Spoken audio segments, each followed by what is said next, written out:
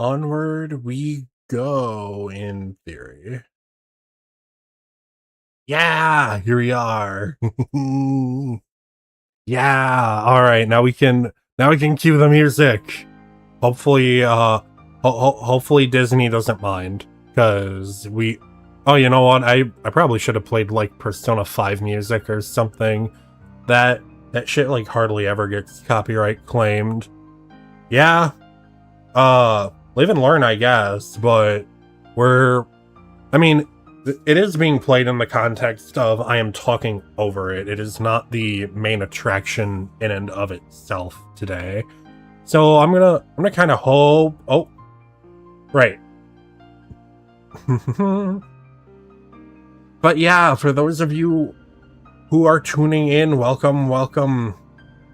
My name is Shay Long, everyone's soon-to-be favorite good boy and bad dragon, here to yap about movies, shows, games, and other visual neuron activators, all while not granting your wishes. And I hope y'all have had a wonderful week so far. I have been, I don't know what about it, I have been absolutely exhausted all week.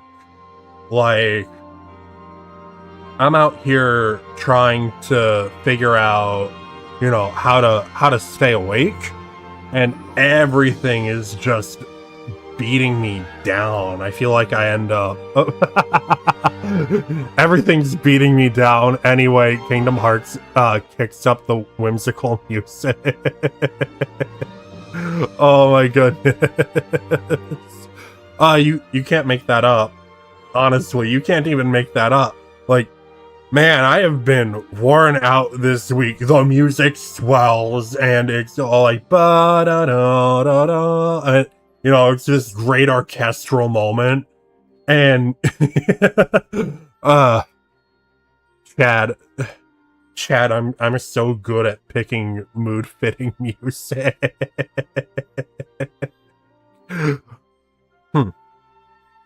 Benno, welcome in. Good to have you here. Good to see you. Hopefully you're doing good. Yeah. Okay, the fixation is back in full force, honestly. Like, I am 110% ready to yap about Kingdom Hearts, only Kingdom Hearts, and surely nothing else. Like, short of streamer god themselves descending onto stream and telling me to stop, that is going to end up being the primary topic, just because of, like, we got the trailer, we got the we got the trailer, which I haven't gotten to like watch. I've only gotten to see bits and pieces, and I wanna theorize about what worlds we're gonna see. I'm really excited to do that. We're gonna come back to this in what? So Kingdom Hearts is going to come out late 2027. Yeah, late 2027. So we're gonna come back to this in a couple years from now, or like in basically a year from now, when everything's been drip fed out to us, and we're gonna be like, haha, look at this idiot. Look at this idiot. I can't believe he predicted that we'd go be Sora on the Death Star instead of clearly being in the classic Disney Melody Time movie. Do y'all even remember Melody Time? I feel like that's a obscure reference even for me, because if I remember correctly, Melody Time namely made it onto DVD by just way of like, I feel like the Disney Corporation almost got bullied into it because of media preservation, because it was on VHS only for the longest time. Niffy, thank you for hydrate. Welcome in. Good to see you. All right, Niffy. I have an important question. I have a very important question. how informed are you on Kingdom Hearts lore? How caught up are you? Do you know what the word somebody mean? Look, I know, chat. I know, this is really important. Always bully Disney. Zero informed. Okay. Okay, we know nothing. Awesome. So I clearly have to catch all of you up. Because we are going to talk about this, okay? Today is purely, I want to react to KH4, and I want to theorize about KH4, and I want to, look back in the future and go, haha, look at this idiot. What happened to my chat? Why is my chat not showing up anymore? Hold up, if I go over to Gamering... Okay, small chat is working. But then I hop over to big chat isn't working. Huh. Interesting. Interesting is... Can we bully Shay now?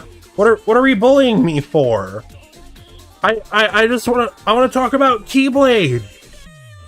But Keyblade's not Keyblade. There's a difference between a Keyblade and a Keyblade. A Keyblade, spelled K-E-Y blade, is something that anyone can have. But like a Keyblade, the Greek letter key, which is spelled as the letter X, which is different than the actual letter X, which is known as the recusant sigil in Kingdom Hearts.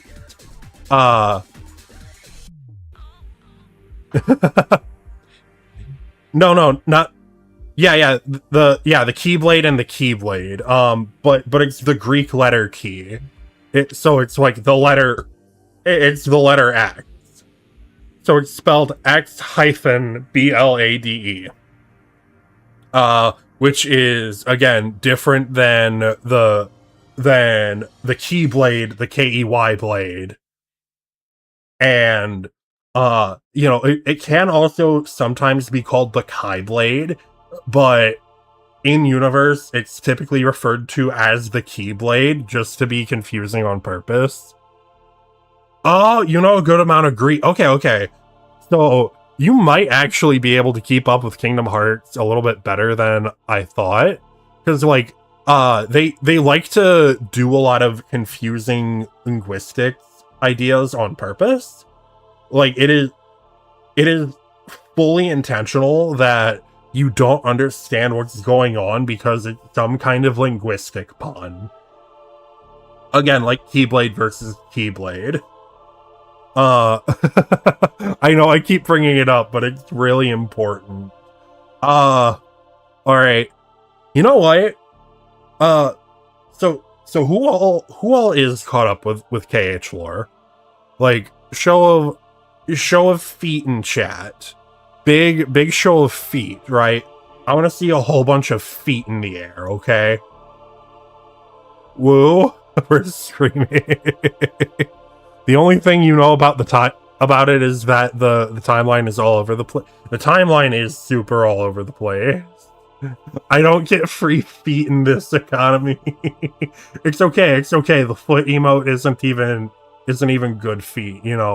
I was just wanting to make sure y'all are paying attention. Could you imagine that, like, someone actually just goes up and is like, all right, I'm not going to do anything until I see your feet in chat. And then they're just sitting there, staring, and going like, go on, chat. Your feet. That would be wild. You do Warhammer lore and it confuses you. Okay. Oh. Warhammer lore, I do know a little bit about it. Like, the only thing I really know is that the orcs manifest reality, and, like, they're just too stupid that they don't know. Like they basically, red things go faster for orcs because they think it does. And so they do. And basically, all of their engineering makes absolutely no sense, but it works surely because they think it can. Yeah. Oh, yeah, and they're a fungus. Yeah, they're like that too. I forget about that. Yeah, like they're super funny because, like, man, I want the kind of unearned confidence and stupidity that comes with simply being able to manifest reality. I'd never be wrong. You know, reality is whatever I want it to be. Ooh, right. Okay, so chat, for those of you who don't know, I'm going to play the easiest way for you all to understand Kingdom Hearts, cause it's gonna get wild. Okay. This is going to be like the first bit of stream, just getting anyone who doesn't know caught up. Because there's a lot of people who do not know. Bear? Fuck reality, I'm a sentient bear. Oh. You know what? That's so valid. That's so valid. Alright. So this right here is a good enough summary of Kingdom Hearts. Okay. Fair warning, you are still going to be confused. I am going to interject with some additional things here and there. Both to make sure that this is a reaction and to make sure that you watch this guy and you're still confused. Yes. Welcome to Kingdom Hearts. Even the people who understand what's going on are confused, because nothing in Kingdom Hearts can ever be straightforward. Ever. There's not a single thing in Kingdom Hearts that is what it seems like on the surface. You pretty much go in and you are doomed from the beginning. True. There's so much yaoi. Chat. Personally, I ship Goofus and Dallant. You know. Welcome to a good enough summary of Kingdom Hearts. We're gonna expand that. This is by a Mr. Barry Kramer. He probably does not need the shout out from little old me, but I'm gonna shout him out anyway, because he's a cool guy. Look at this. Chat, you know. This Giga Chad made his entire video with like colored pencils, crayon, and a dream. This is before, this is like just before the Clanker uprising, okay? But there do be doomed yaoi here, and a little bit of debauchery. Is debauchery the right word? I think debauchery is the right word. We're gonna have so much Kingdom Hearts debauchery. Yes, this is not. There's no AI in this. There is no clankety. No, Benno, do not lie. Do not lie to our favorite bear. All right, here we be. In Kingdom Hearts, where we are about to get a good enough summary. Hold up. Should I just like superimpose myself as a character? Chat, look, I'm definitely in this YouTube video and not at all poorly superimposed. I totally belong in Kingdom Hearts. Oh, you meant the other thing I mentioned. Okay. My bad. You meant the doomed yaoi. Oh, okay. I beg understand. Honestly, if you redid me in the art style of Kingdom Hearts, I think a lot of people would have no idea that I'm not canon. You find me guilty of being a femboy. I find you guilty of being a pink bear. Yeah. That's what I find you guilty of. What do you think about that? Pink bear. OMG, Sparky, is that you? Are you calling me a dog? I think I'm being called a dog. Anyway, Kingdom Hearts time. If at any point you are confused, put an emoji in chat, and I will try my best to explain. There's gonna be a lot of emojis in chat, I feel like, but you know what? I'm gonna do my best. Also, let me know if you can hear everything, because I adjusted volume for. Okay, Niffy, what has you confused? I'm here to answer your question. You know, this is a little unorthodox. Oh wow, there's so much confusion already. There's so many questions, you guys. I don't know if I'm gonna be able to answer all of this. That's already 2, 4, 7. That's already 7 questions. That is, I don't even.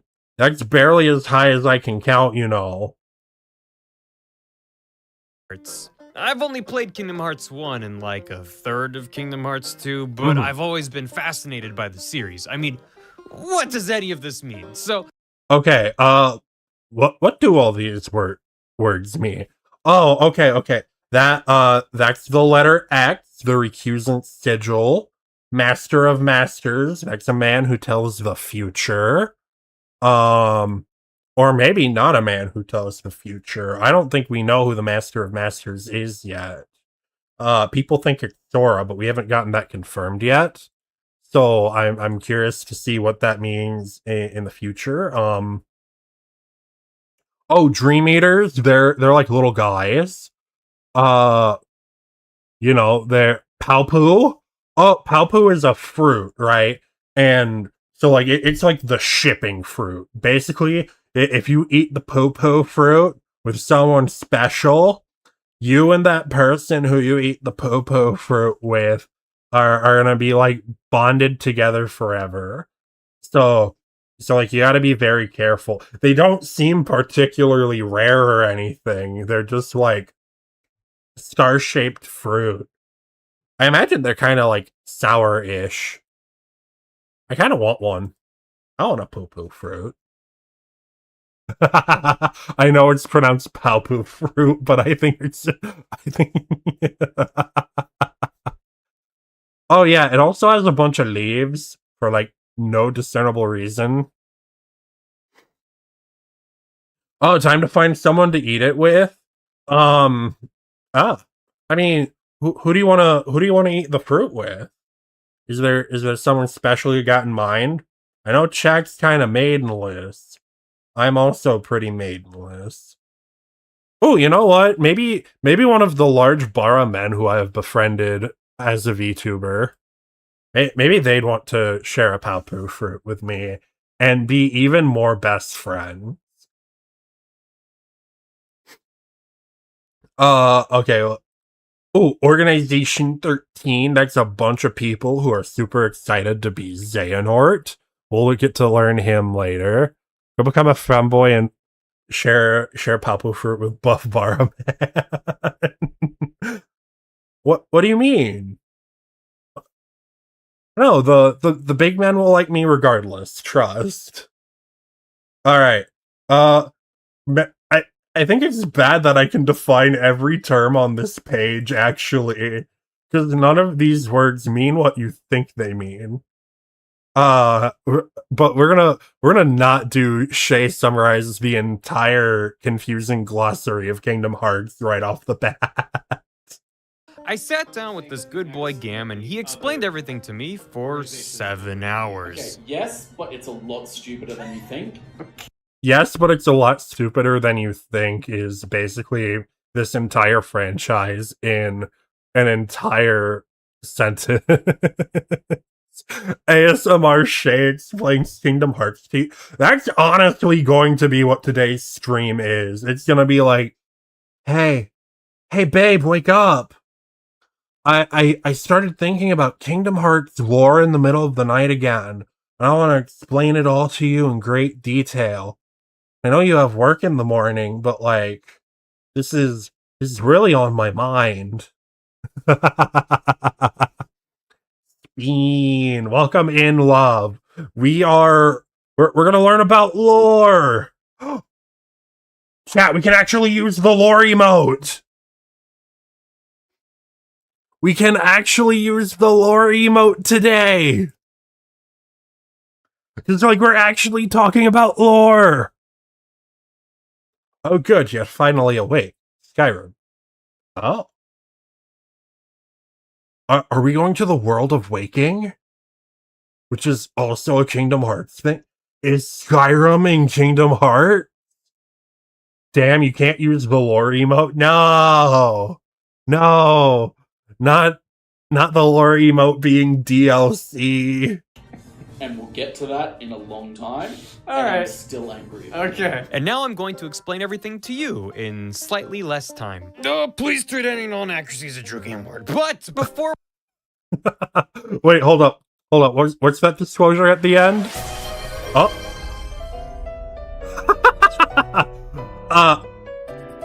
This man deserves boss music?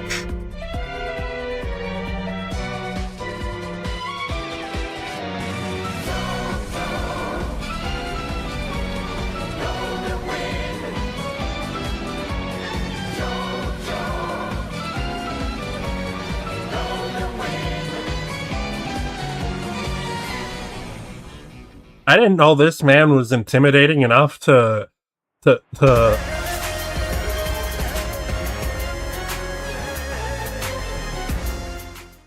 Man, y'all must really be intimidated by his massive throbbing Muppet member. Big ol' Muppet member just hanging out right here in the video. You can totally see exactly where it is. I don't know why he's naked, actually. Muppet. You know what?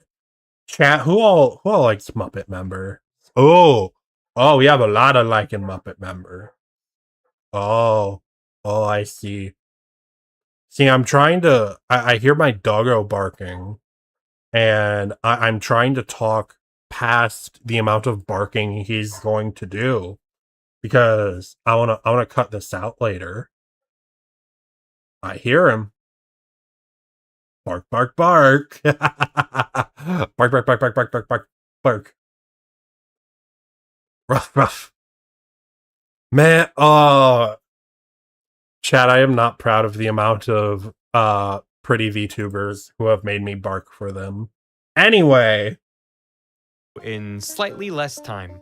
Please treat any non-accuracy as a true game word. Even though I deliberately changed and omitted stuff for either the sake of brevity or humor. That is true. There's still a good amount missing from here. I hope I can interject properly. But before we plunge headfirst into the terror that awaits us, there's some stuff you just gotta accept about the world of Kingdom Hearts. 1. Hearts are not literally hearts. They're kinda like a person's soul, but more like their emotional soul, I guess? 2. Light equals good and dark equals bad, and... Oh no, chat. I'm on the same side of the screen as the darkness. It's going to overtake me. I can't believe I'm going to get got by the darkness and succumb to it.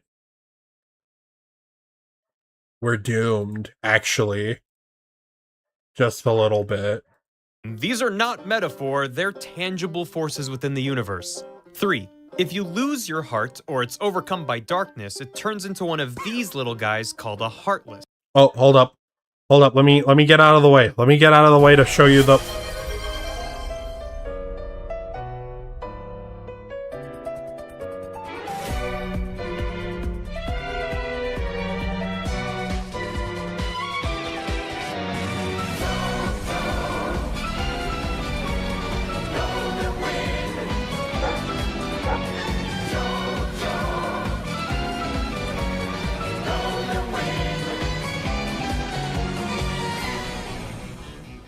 All right.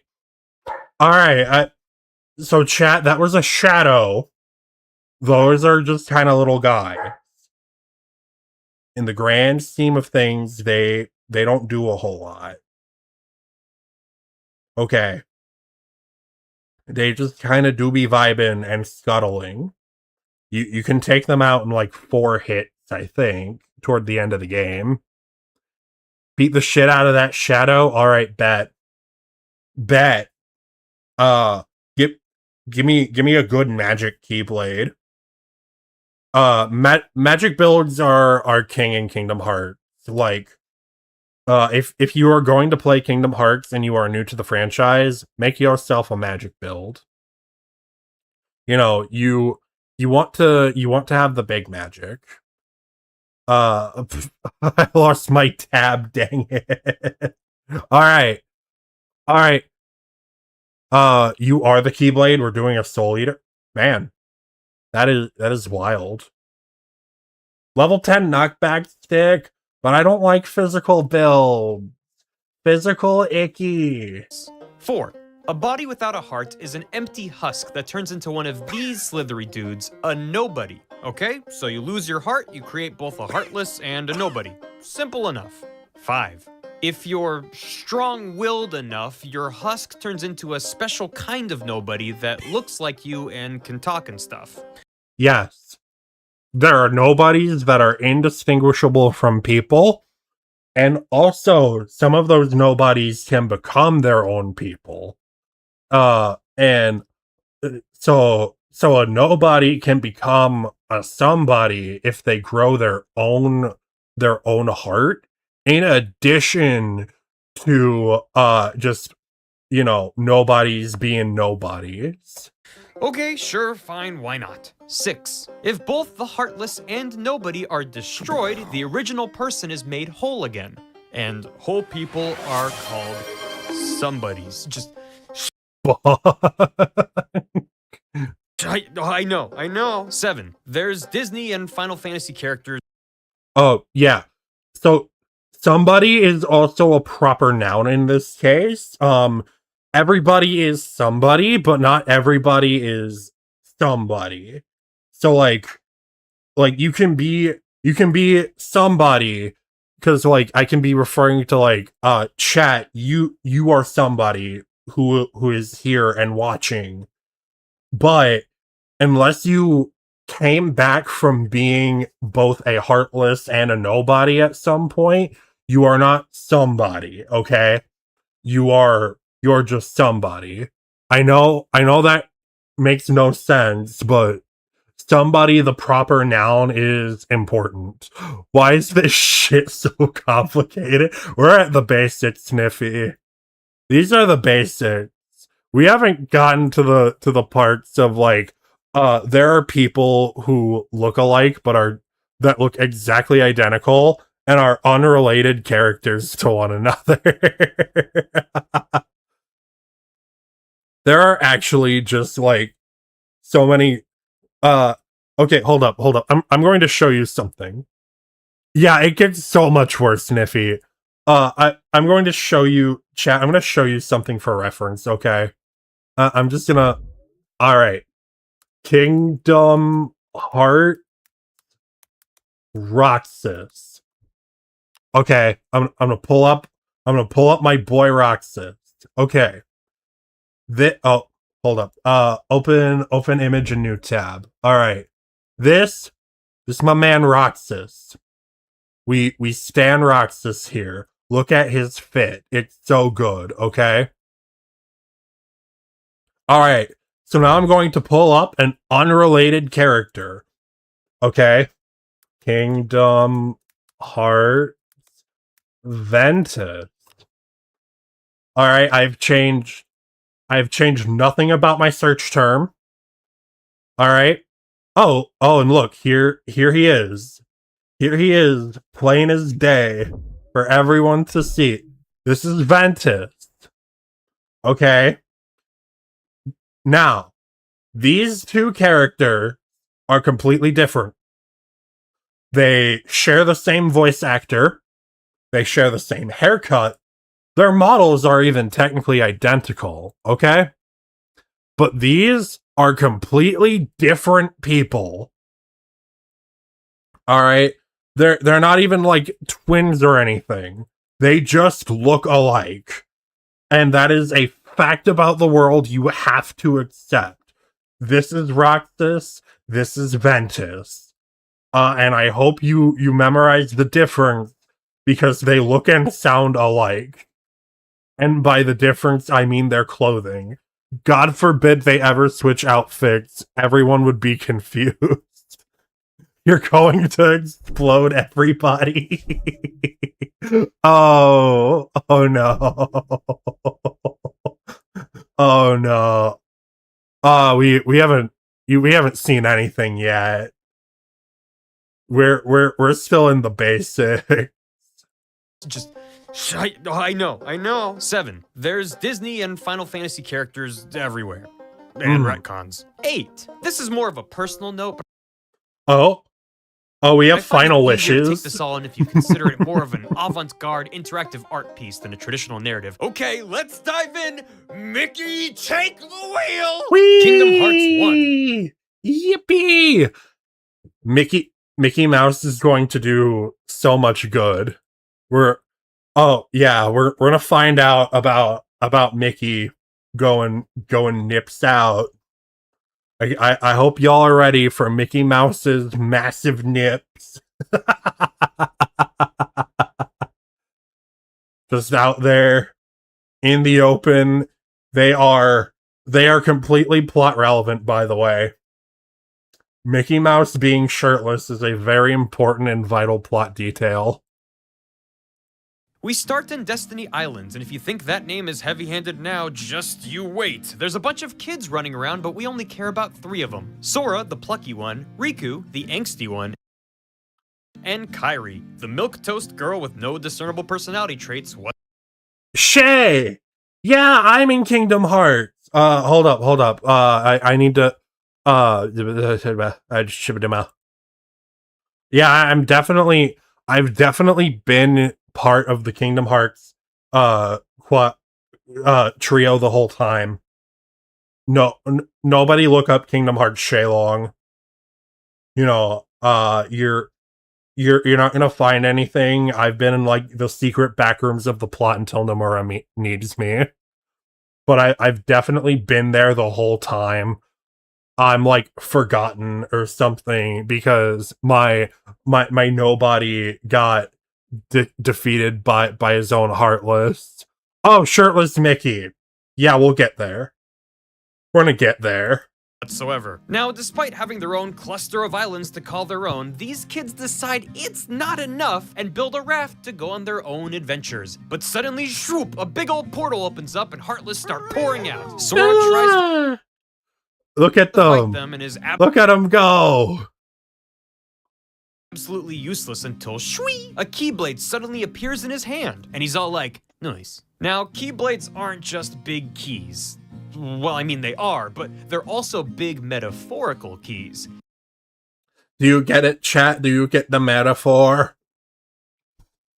You see, keys open things, and so like when you want to make friends, you open their heart, and then everyone's just like ready to Giga Chad vibe together and be your friend, but you can't forcibly open your heart with a Keyblade because otherwise bad things happen, as we'll find out later.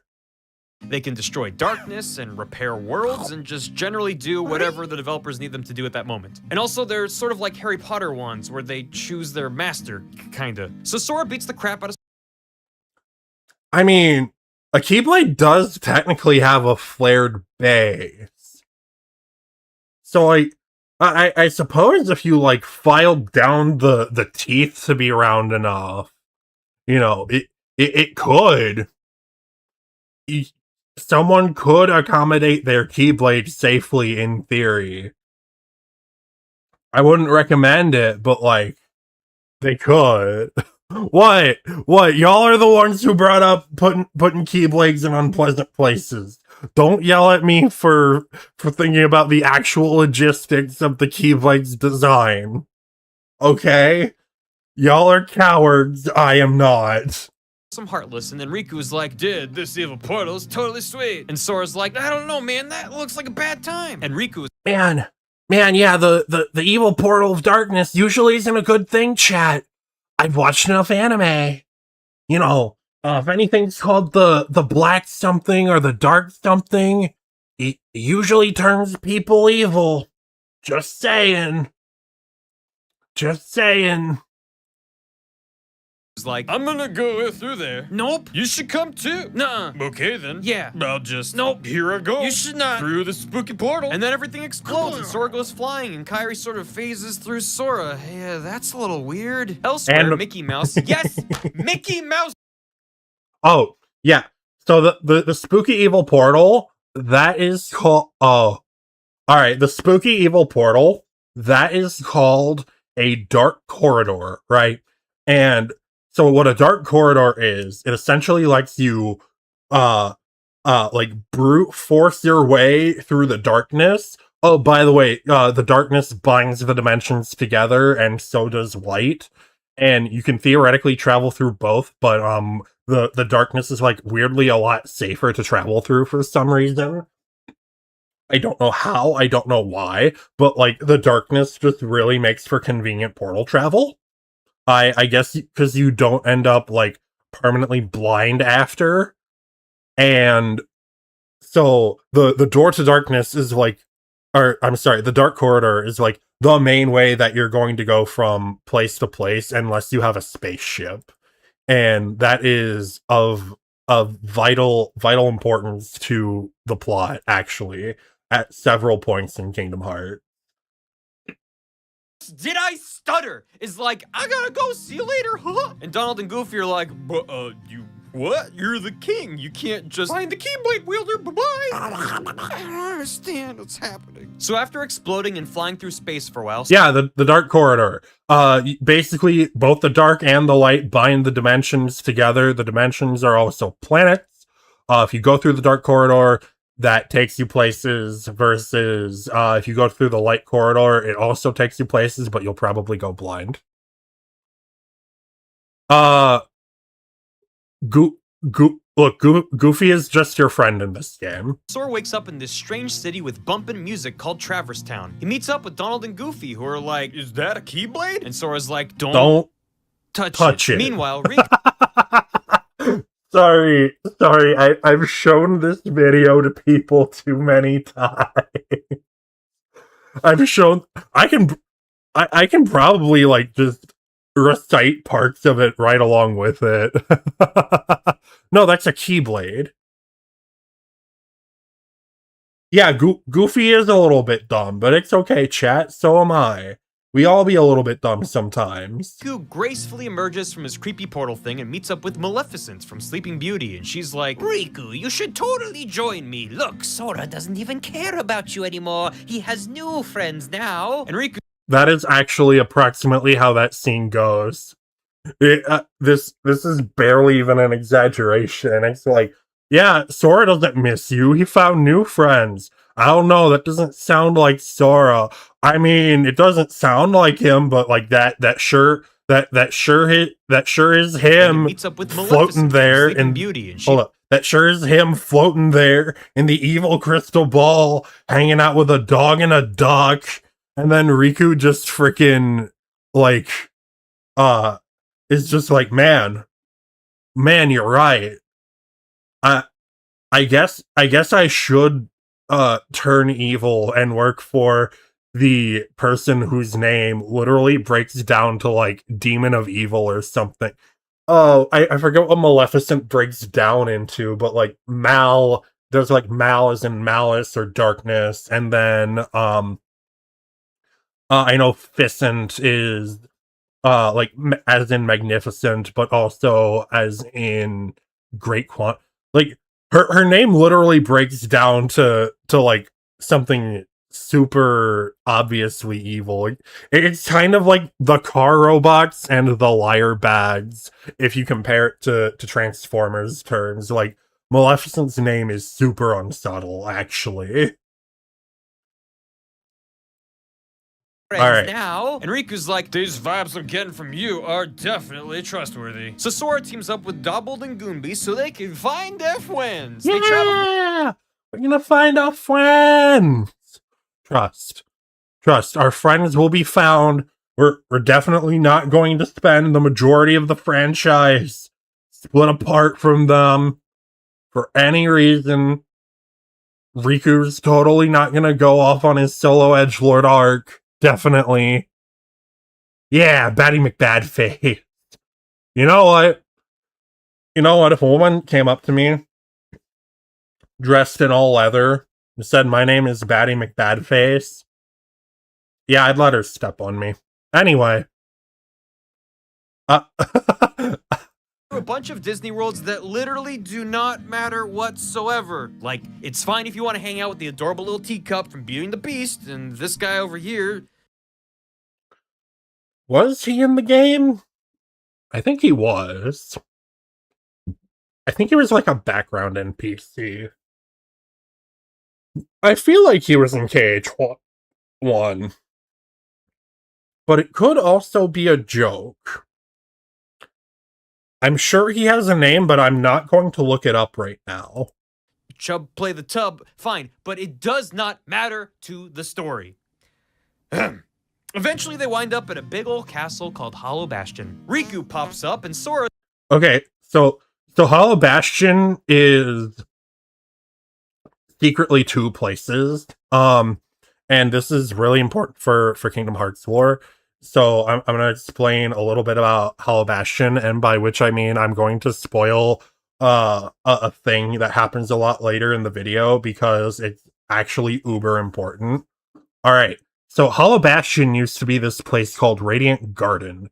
And Radiant Garden was essentially like this utopia of science and industry, but it's like Kingdom Hearts science where it's like, Tara, good to see you. How goes it? We are learning about Kingdom Hearts lore. I sent you a thing in DMs, actually. Hopefully you're doing good, though, man. Where was I? Right. So Hollow Bastion was the place, Radiant Garden, and Radiant Garden had a lot to do with like science and industry, but Kingdom Hearts science and industry, where it's like the friendship is good and the light repels the darkness, and like maybe killing people is bad, actually. Like it's that type of science. It's not like science as we understand it, okay? And Radiant Garden in like so being this utopia later crumbles because of plot related things involving the main bad guy, and basically by the bad guy turning Radiant Garden into this shithole, a lot of information stays hidden from people, and in having that information hidden, it makes so much of the plot happen. Like, so much of the plot actually happens because we turn places into other places, and this happens a lot, actually. There's like Hollow Bastion, the place that never was. There's a okay.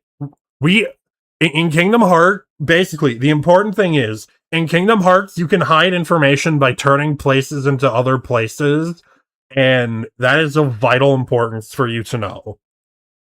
Because if you turn a place into another place, people in part forget about the original place, but not entirely, because like they live there or like don't live there sometimes.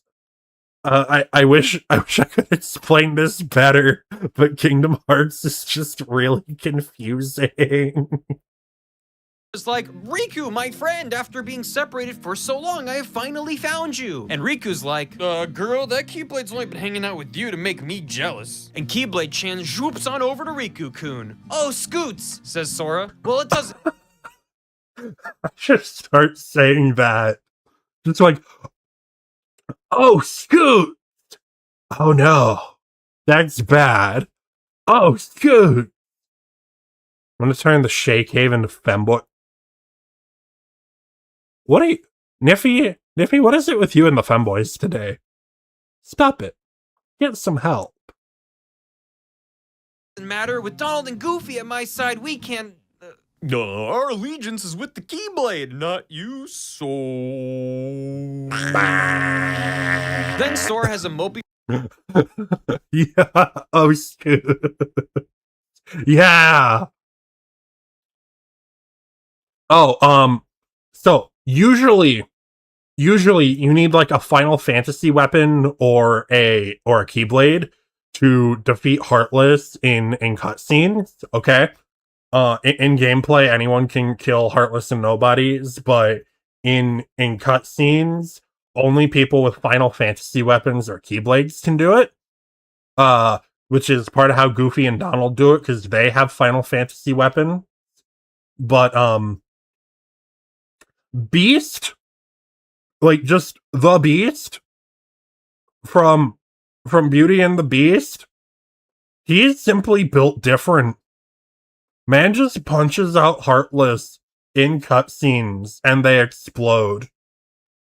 I do not think you all fully comprehend how just built different the Beast is in Kingdom Hearts. Like, it is super jarring that he can just punch out a Heartless without any kind of special thing. He just does that. I'm a little bit worried about him, actually. Yeah, man is simply built different because the plot demands it. There was a streamer with a fat ass here? road trip with Beast from... I do indeed have a fat ass. All right, hold up. Chat, my booty's being complimented.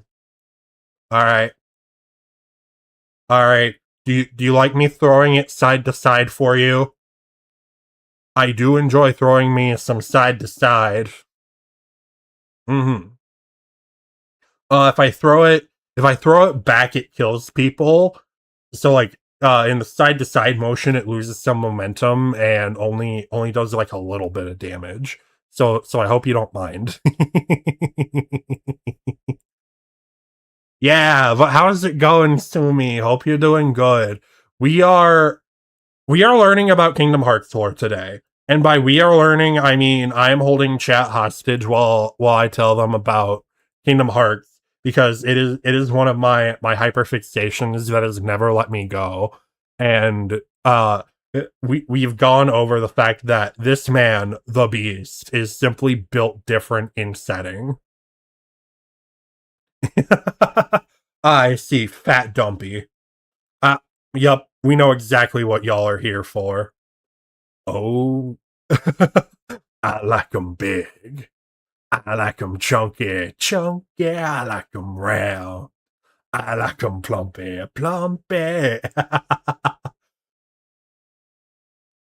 Oh, we can't even get sued by Disney for that one. Yeah. No, that'd be Will.i.am. That'd be Will.i.am not liking me. Okay. Moto can in fact like you. Why? No, we're looking at tail. Rin, we're looking at tail, right? See all this plump, juicy buttocks hanging out behind me? Yeah, that's what we're focusing on, okay? It's butt. Look, all right, Shay Thong Dragon incoming. I'm gonna commission art of me like in a thong, triple cheeked up on a Sunday afternoon. Wait, I thought we were looking at tail. We were calling my ass fat with a PH. Were we not looking at tail? Oh no. Oh, I made the Moto joke and everything. No, I've been bamboozled. Beauty and the Beast until they discovered this super spooky room with a giant keyhole and a bunch of sleeping Disney princesses. Riku's in the corner with Keyblade-chan going, "Oh yeah? And then what did he say? Oh girl, he did not. Wow, what a creep, ha ha ha." But then Sora... The Keyblade loves me more, Sora. it picked up on my bad boy aura and freaking only wants me for my body. No, Keyblade Chen wants me for my mind. I promise. Sora delivers this badass monologue about friendship and hearts and stuff, and Keyblade Chen gets all flustered and tsundere and swoops back on over to Sora, and he's all, nice. Riku goes, yeah, well, at least I still have Ansem, and Sora's like, yeah, the Keyblade just loves me more. I hate to tell you, Keyblade Chan knows ball and is in fact a tail enjoyer. Who's Ansem? And Riku's like, this super evil dude that's possessing me. He was also like totally pulling Maleficent strings or whatever. And she's like, it be like that though. And Sora goes, you what, mate? And also, Kairi has been drooling face down in the corner this whole time, but nobody. Oh, yeah. So she's actually like in suspended animation, and Keyblade Chen. Oh, dang. I guess I found out I'm Keyblade Chen's side piece. This is news to me. But yeah, no. Kairi actually basically does nothing except for like right now because she's basically in a coma in the corner. But he knows because she's just that boring. Beast, who's been awkwardly in the room this whole time, points her out, and after a few minutes, they remember who she is. Kairi! Cries Sora. Riku drones on for a while about how Kairi's the last princess Ansem needs for his evil scheme. And also remember when Destiny Islands blew up and Kairi went zzzz through Sora? Yeah, her heart has been inside of Sora this whole time. Sora goes, ew, OMG, and commits Sudoku with his Keyblade. This frees Kairi's heart and revives her. Yep, that is an accurate summation of those events. Sora goes, ew, girls are icky. I don't want one inside me. He's definitely going to change his mind about that when he's older. But so he stabs himself and just becomes a heartless somehow. Cause I guess he used the Keyblade wrong. Yeah, seppuku! Ew, I just want Riku. Yeah, you know, look, Sora X Riku is the true ship. I don't, this isn't even a joke anymore. Yay! This also frees Sora's heart, so he's a heartless now. Boo. But Kairi's like, bibbidi bobbidi deus ex machina, bitch. And Sora turns back to normal, which contradicts everything we understand about how any of this works, but sure. Correct, because Sora's nobody is running around right now. Because he made one. And that's that Roxas guy that we brought up earlier, who's one of the best characters in this entire franchise, but he's also not Ventus, who he looks exactly like. So I hope you all keep up with that, because we are really about to just freaking understand all of this.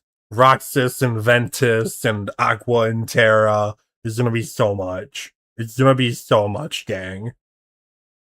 Fine. Ansem sees all this and is like, seriously, like, I checked the wiki and they used the word somehow. Whatever. Yep. Yeah. None of us know. Kairi can just kind of do shit sometimes. Because nobody else in the plot can. And not even the devs know. I don't even think Nomura himself understands how Kairi does some of the things she does. She can just kind of like, you know what? Here's my headcanon. Kairi is secretly capital G God of Kingdom Hearts, right?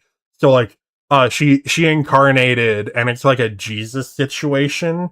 And so like, after her and Sora share a Palpu fruit, because they've still never managed to share that Palpu fruit, right? She's going to ascend beyond the dimensions and like unite the worlds or something, probably. She smelled the Heartless and it smelled like Sora. Yeah, just give it like a Why do you smell like sea salt ice cream? Oh my god, it's Sora! And that's exactly how that went. I'm outie, peace. And Sora follows him to Destiny Islands, but now it's all destroyed, so it's Depressed-iny Island. Ansem and Sora have a good old-fashioned anime showdown. You know, Sora believes in himself, Ansem turns into a boat? The player Why do you smell like Palpu fruit and yaoi?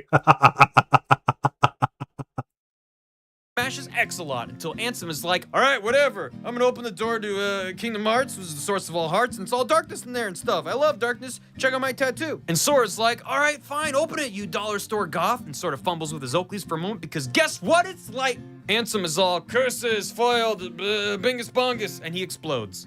Sora tries to close the door to Kingdom Hearts, but he can't. Oh no. Until guess what? Riku. Wait, how is he in there? And guess what? Mickey! What? Wait, where's his shirt? Remember this?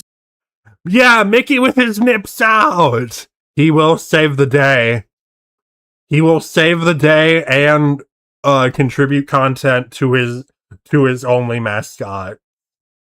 You know, as one is expected to do. Only mascots and and plot power. Why? Niffy, this is vitally important that he had his shirt off, okay? I don't know what to tell you. It's important, I swear, do not forget. Riku and Mickey help close the door from the inside, and bingus bongus bablamo. All the broken worlds go back to normal, and everybody returns to Destiny Islands, and Sora is like, okay, I'll be back, I gotta go save Riku and Mickey. And Kairi just kind of stands there because she has no agency and is barely a character. Chain of Memories.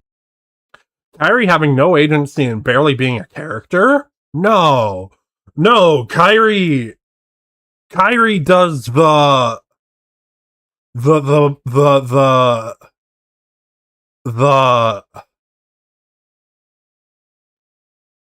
okay, look, she really admired King Mickey's nipples in that one scene.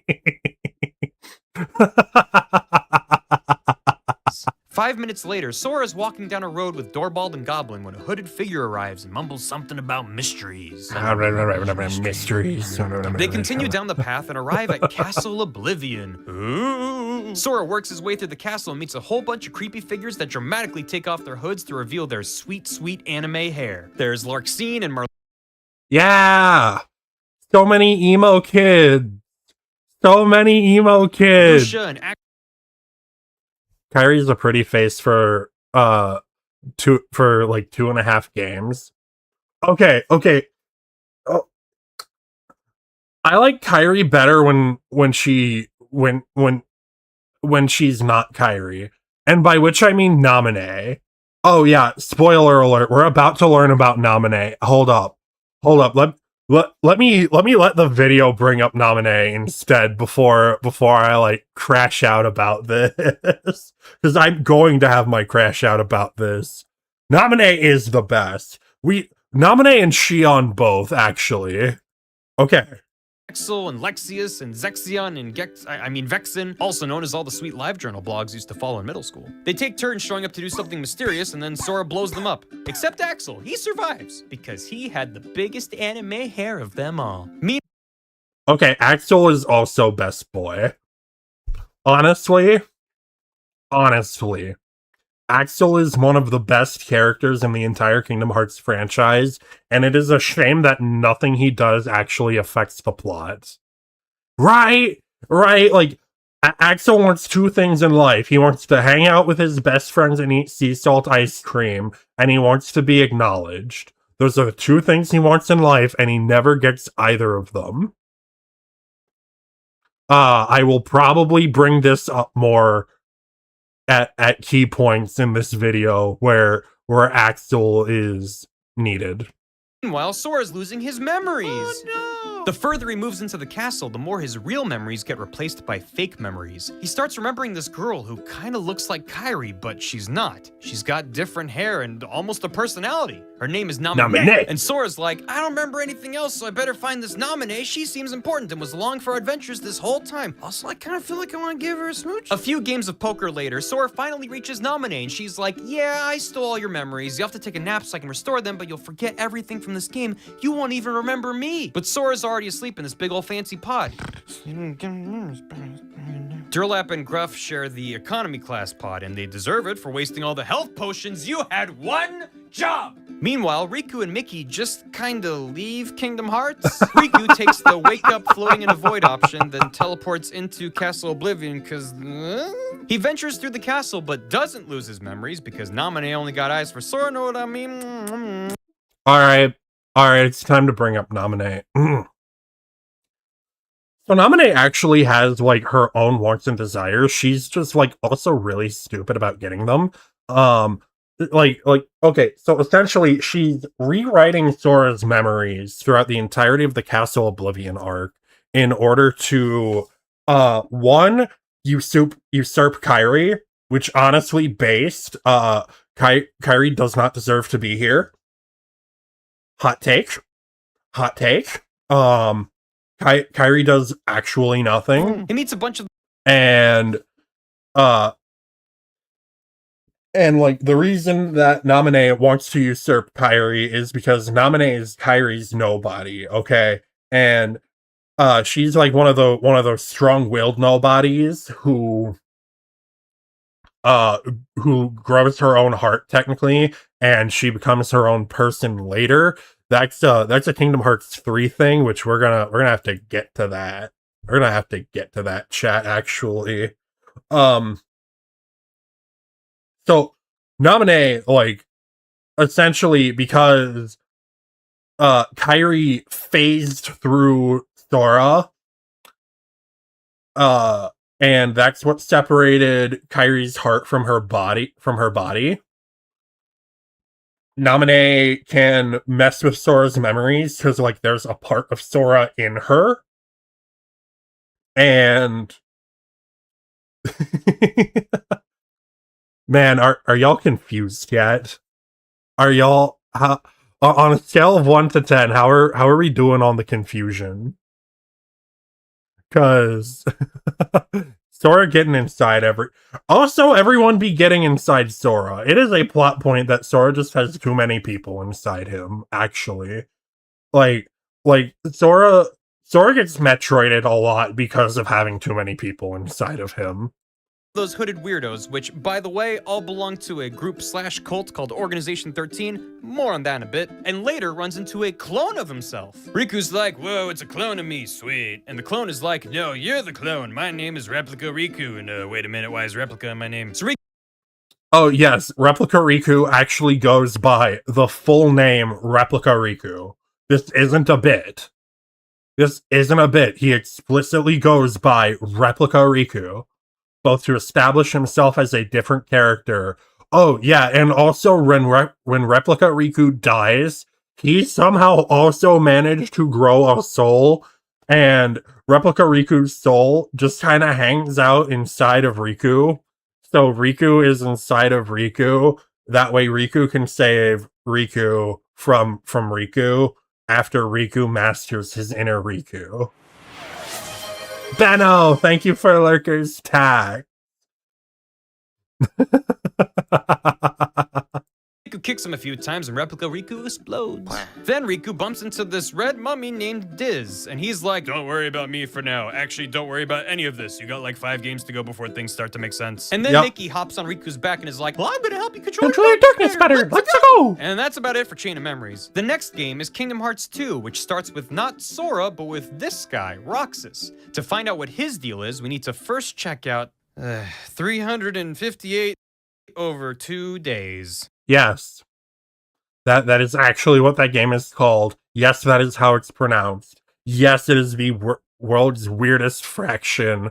No, we do not simplify it into a proper number, because this is a time paradox, actually. It's not a division problem. This is not a division problem. This is a time paradox. And that is not the first or the last time that we're going to have one of these in Kingdom Hearts. In fact, we're going to have...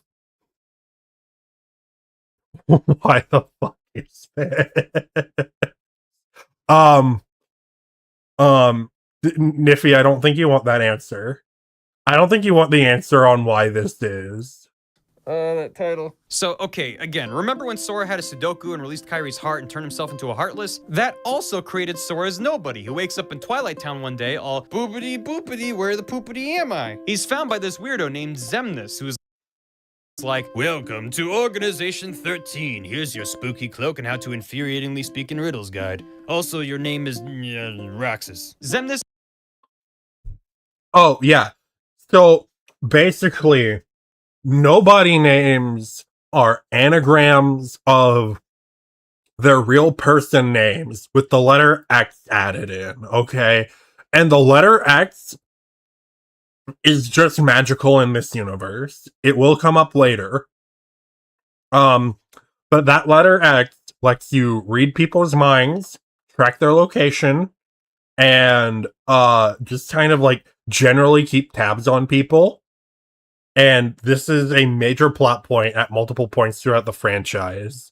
So like we have turning places into other places. We have, if you kill a Heartless and a Nobody, they become a Somebody, which is different than being somebody. And wait, my model froze. My model actually froze. My IP changed in the middle of that sentence. Meaning... oh my god, that's actually hilarious. That is unintentionally the funniest shit. The lore was so bad, it made my model freeze.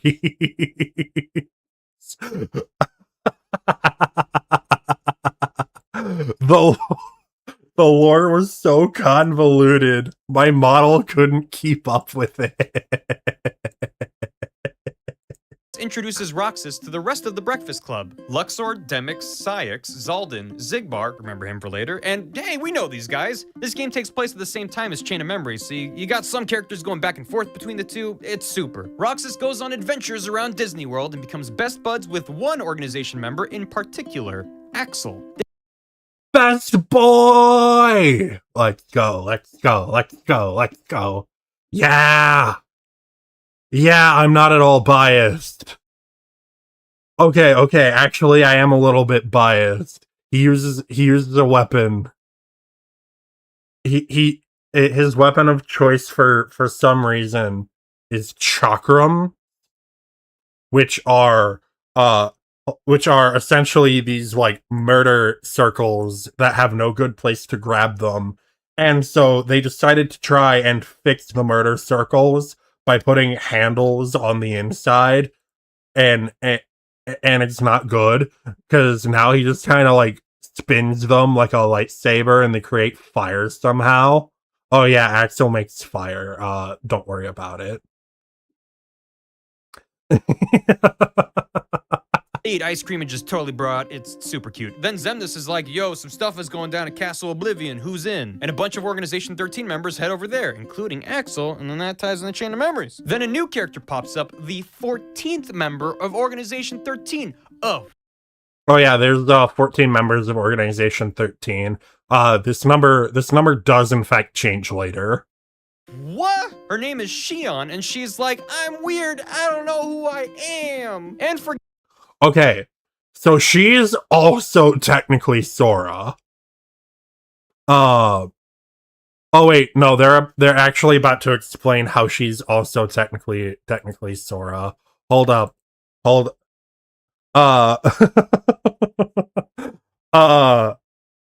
I forget this video like is actually a well-written explanation of Kingdom Hearts, and I don't have to go in as often as I thought I did, actually. good reason. Turns out she's... Let me just check my notes here. A replica of Sora created by Xemnas using the memories Naminé took from Sora as a failsafe in case Roxas ended up not going along with Xemnas' crazy schemes. And thanks to Naminé, some of Sora's memories wound up in Roxas too. So Xion pieced. Alright, did you get all that, chat? That is an accurate summation of who Xion is. She is a replica of Sora made from some of his memories, okay? By Xemnas, who is if you haven't figured it out, he's the twin nobody to Evil Ansem's Heartless. Who is actually technically two different people's Heartless, but we haven't gotten there yet. We have a long time before we get there. We have such a long time before we get to Xemnas and Ansem are technically two different people's Heartless and Nobody.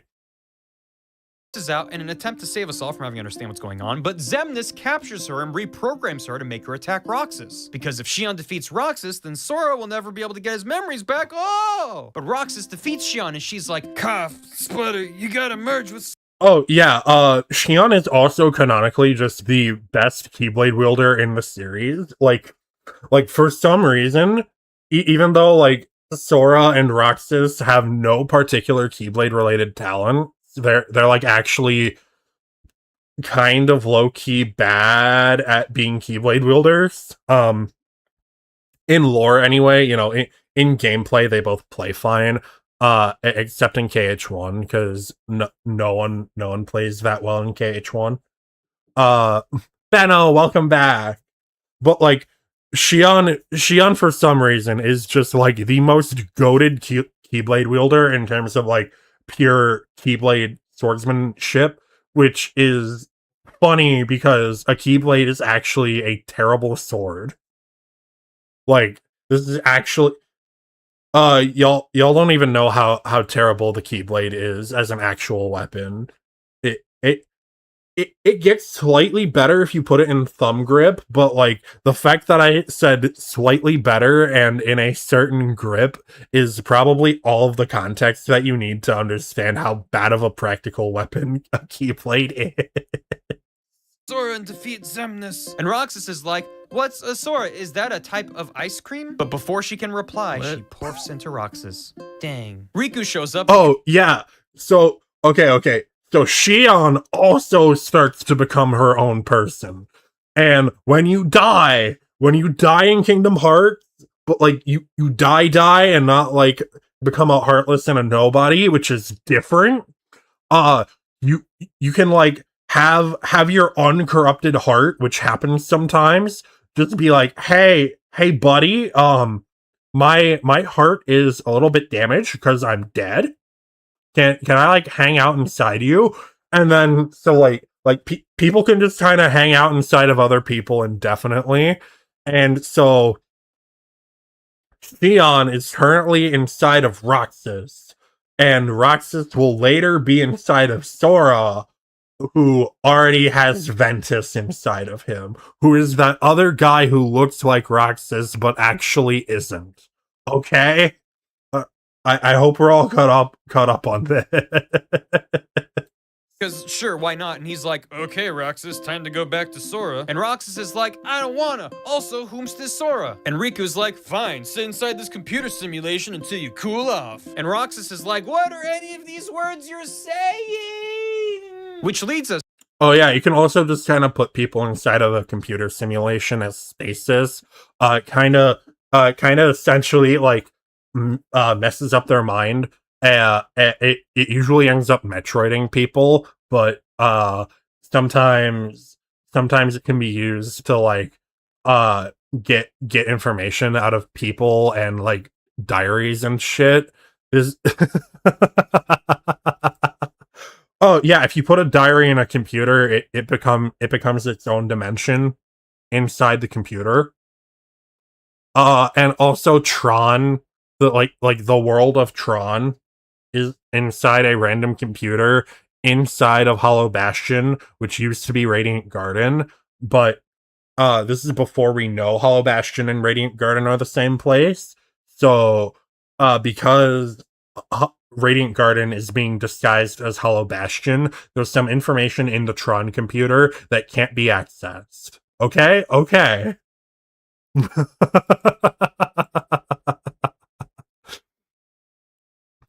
2, Kingdom Hearts 2.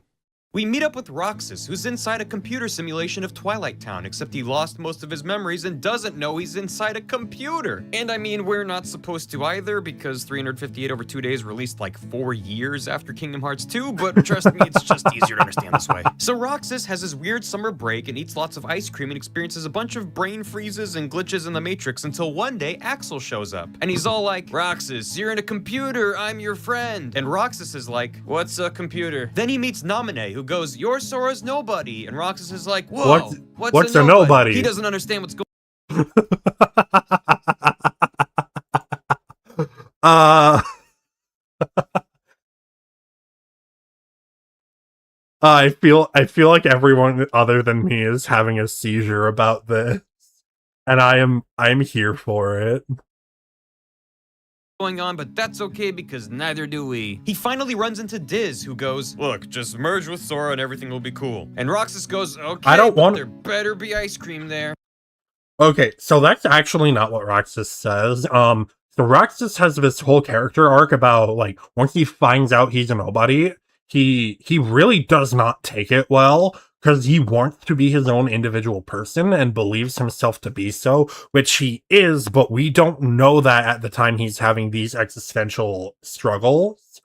And so, like, the entirety of 358 over 2 days is Roxas trying to affirm himself as his own person, and Xion does a lot of complicating for that, because Xion doesn't think of herself as her own person, because she kind of isn't in the lore.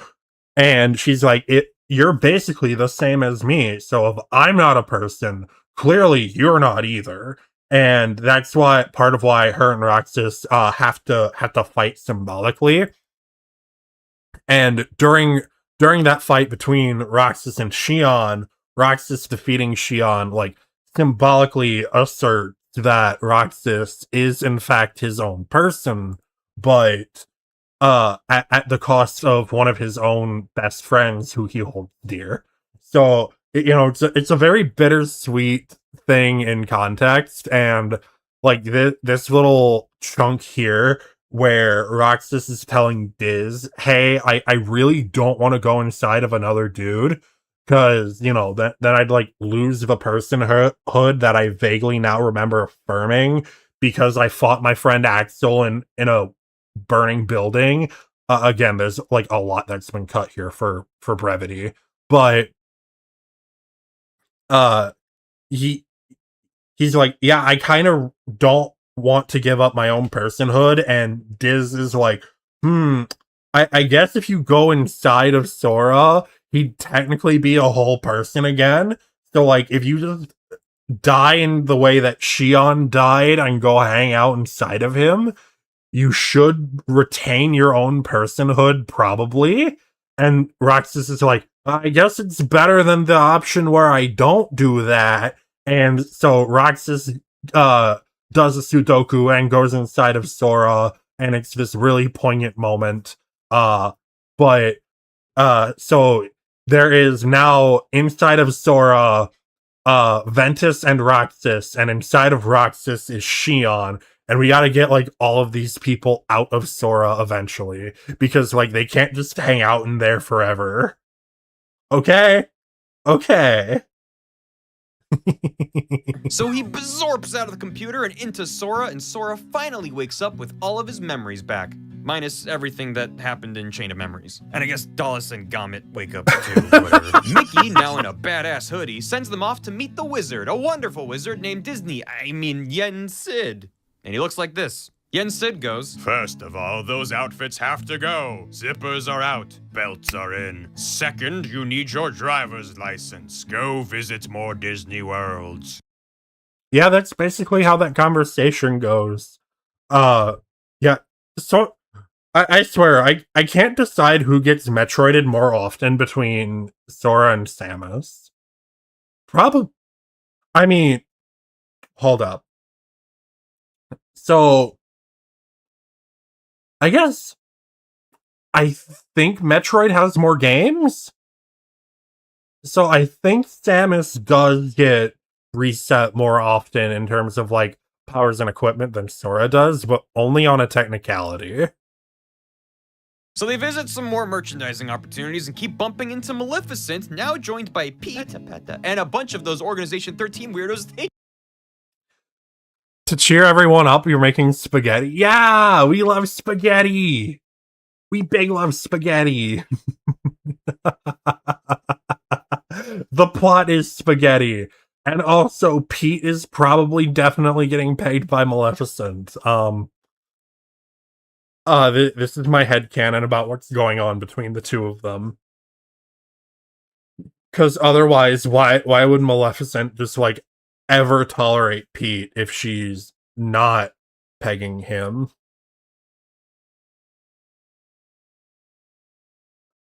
Yeah. Yeah, I'm pretty sure that just has to be the case. Is the spaghetti good? Is it like are you making it from scratch? I want to know.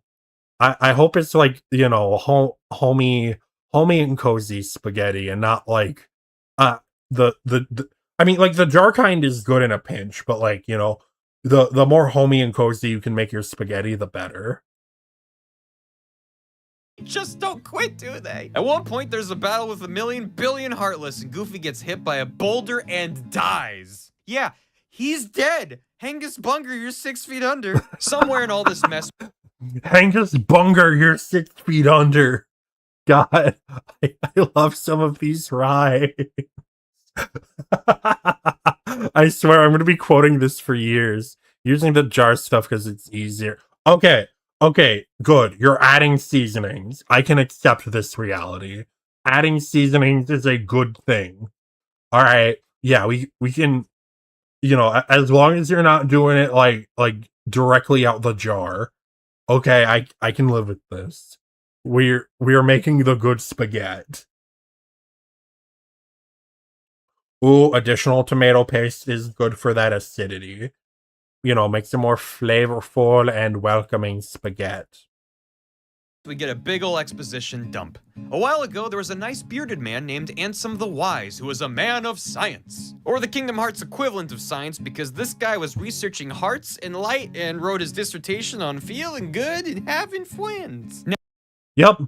Yeah, Kingdom Hearts science is not real science. Now, Ansem the Wise had an apprentice by the name of Xehanort, who let his heart get consumed by darkness because... Okay, so that's actually Terranort being depicted here, who is Xehanort inside of a younger and hotter dude, who he basically, like, evicts from his own body, and also turns that same dude into his JoJo stand, but only for the Heartless, because the nobody Zemnis is doing some things.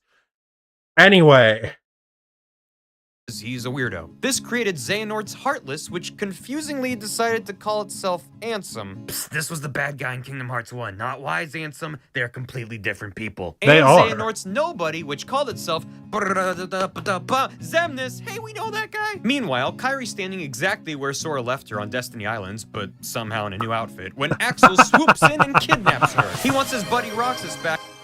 Lulu, thank you for Lurker's tags. I hope you're having fun here. Yeah, thank you for coming in and vibing. I hope you're enjoying the Kingdom Hearts related rambling. There's a lot. This is one of my hyperfixations, so like I just be absolutely going in on like all of the important stuff that is getting skipped in this video. And it's still a really good summary and I like it a lot, but and like I can probably quote some of this. No, I can't quote some of this video for verbatim, but like, you know, it's a big fun time.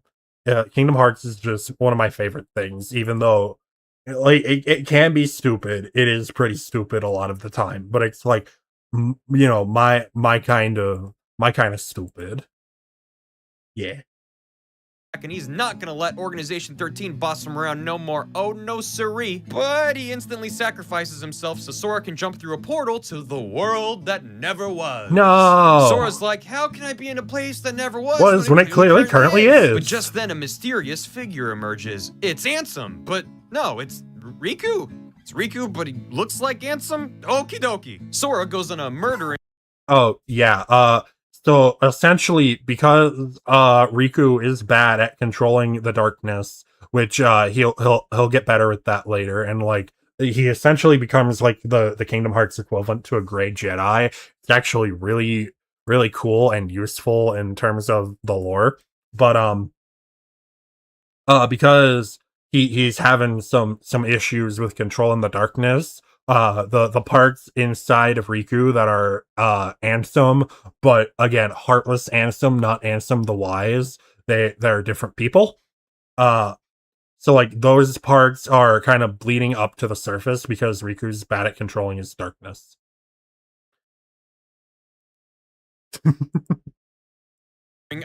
Heart unlocking spree until Diz appears and he's like, you think that I'm a mummy now? Here's a surprise. Feast your eyes on my disguise. I'm really Ansem the Wise. The bad guys are conspiring to make their own Kingdom Hearts, but they forgot a little something that's right, my looks and my smarts. I'm gonna use this pewter here to digitize the skies. You better idolize and recognize I'm Ansem the Wise. Sora, Donald, Goofy, Riku, Mickey, and Kairi. I bid you all adieu because my computer is backfiring. So Diz is...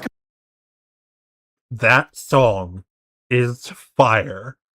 I want more rap tune summaries from this man. I want them. This is like the best part of the video, and it is the most replayed for incredibly good reason. Like, this is the most replayed part. Oh, it's actually really hard to see that on this particular panel. Which causes Diz to disappear, and for some reason also turns Riku back to normal. Xemnas is all, my beautiful plan. Yeah, we don't understand why Riku stops looking like Ansem here either. But again, not cool, sexy, Ansem that we like, but the other guy. This isn't confusing at all, I promise. This is definitely a straightforward and easy to understand franchise. And etc, let us fight. Sora and Riku hold hands and prepare for a good old-fashioned anime showdown. Sora believes in himself, Xemnas turns into a boat, and the player mashes X a lot, and sometimes triangle. Until Xemnas is defeated. Everyone winds up back on Destiny Islands because sure, whatever. And Namine's there too, and she's like, hey Kairi, nice to meet you, I'm your nobody. And Kairi stares into the middle distance. Yeah, so everything... Oh, yeah. Namine is just allowed to exist for some reason. I guess because I don't understand how Kairi is a corporeal person when Namine is also around. I don't think this is ever explained. People just really like Namine better than Kairi enough that she gets to break the rules and also our understanding of everything. I think it has something to do with Kairi being one of the 7 princesses of Heart, which are Disney princesses and Kairi who have no darkness or evil in their heart. So like you can stab them a million bajillion times and they just don't become a heartless because there's nothing evil to take over inside of them. And the 7 princesses of Heart are Alice from Alice in Wonderland, Cinderella, Jasmine, Sleeping Beauty, Kairi, and Snow White. And at least until they aren't, because essentially there's some nonsense that happens and it resets which princesses are and are not the princesses of Heart. So by the end of Kingdom Hearts, I want to say Dream Drop. It's by the end of Dream Drop Distance and the beginning of KH3 that basically the only princess of Heart that we have confirmed is Kairi, but we're pretty sure one of the new ones is Rapunzel. And then maybe Elsa and Anna are both new princesses of Heart. Again, we don't know. We haven't gotten anything confirmed because we haven't kidnapped them and put them into tubes yet. Ties back to the moment Sora released his and Kyrie's hearts. Either it's poetic in its simplicity or stupid in its stupidity, I don't know. This moment should have created 2 Heartlesses and at least 1 nobody, because Kyrie's heart isn't really connected to her body at this point. But Kyrie is a princess of heart, meaning she has 0 darkness in her heart, so she doesn't create a Heartless. She does create a nobody, but she has no body for it to form from, so while Sora is busy splitting off into his Heartless and his nobody, Kyrie's nobody, Namine, is created from Kyrie's heart and Sora's body, which explains why she was able to meddle with his memories and whatnot. So to sum it up, I don't know. I said up front this thing. Yeah, all that stuff I spent time explaining, the video goes into. And just so much more succinctly than I ever did. We love this. We actually love this chat, this actual peak understanding of Kingdom Hearts here. Was filled with retcons, right? Sora goes, "Oh yeah, Roxas has been kinda rumbly lately. You okay, little fella?" So Sora and Roxas and then Roxas screams into the abyss because he has no mouth, but he must scream. This is the way. share a ghost hug, and Kyrie and Namine are chill, I guess. Oh, and the Goofy recovers from being dead. Yippee! But then a letter washes up on the shore with that dang old Mickey Mouse insignia on it. What do you want now, you creepy rat? But before we open that envelope, birth by sleep. So this is a prequel. I might play this one on stream. I don't know yet. I have not decided. I want to play some Kingdom Hearts on stream, and I probably want to play a couple of them on critical mode. Not Birth by Sleep is not one of the ones I want to play on critical mode. I might, because the endings for this game are actually a pain in the butt to get. And I did it once on the original hardware. Never again.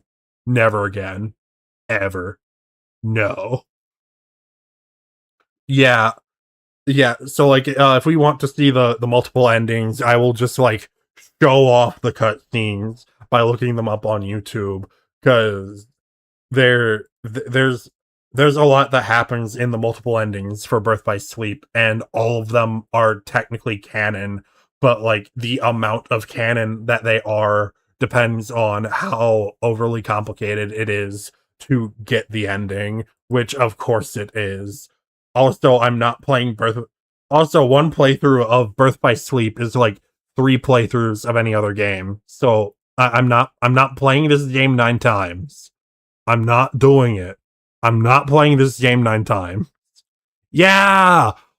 Yeah, hopefully your spaghetti is good later in. Bye-bye for now.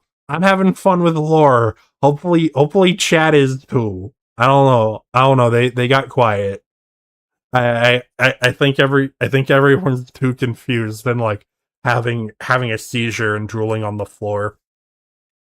I might have created a couple of Heartlesses, a couple of Nobody. Diddly. 10 years earlier, we got these 3 sweet pieces of anime hair. Aqua, Terra, and Ventus. Weirdly, Ventus looks a lot like... You had to grab a beer for this hot mess. That's understandable. Hopefully it's good beer. If it's Budweiser, I am going to judge you a little bit, at least a little. But if it's good beer, I understand. Roxas, like identical. I mean, I know compared to Dozenkrantz and Goofenstern over here, Roxas and Sora look a lot alike, but trust me, Roxas resembles this guy, Ventus, for reasons. Chat has devolved into alcoholism over Kingdom Hearts.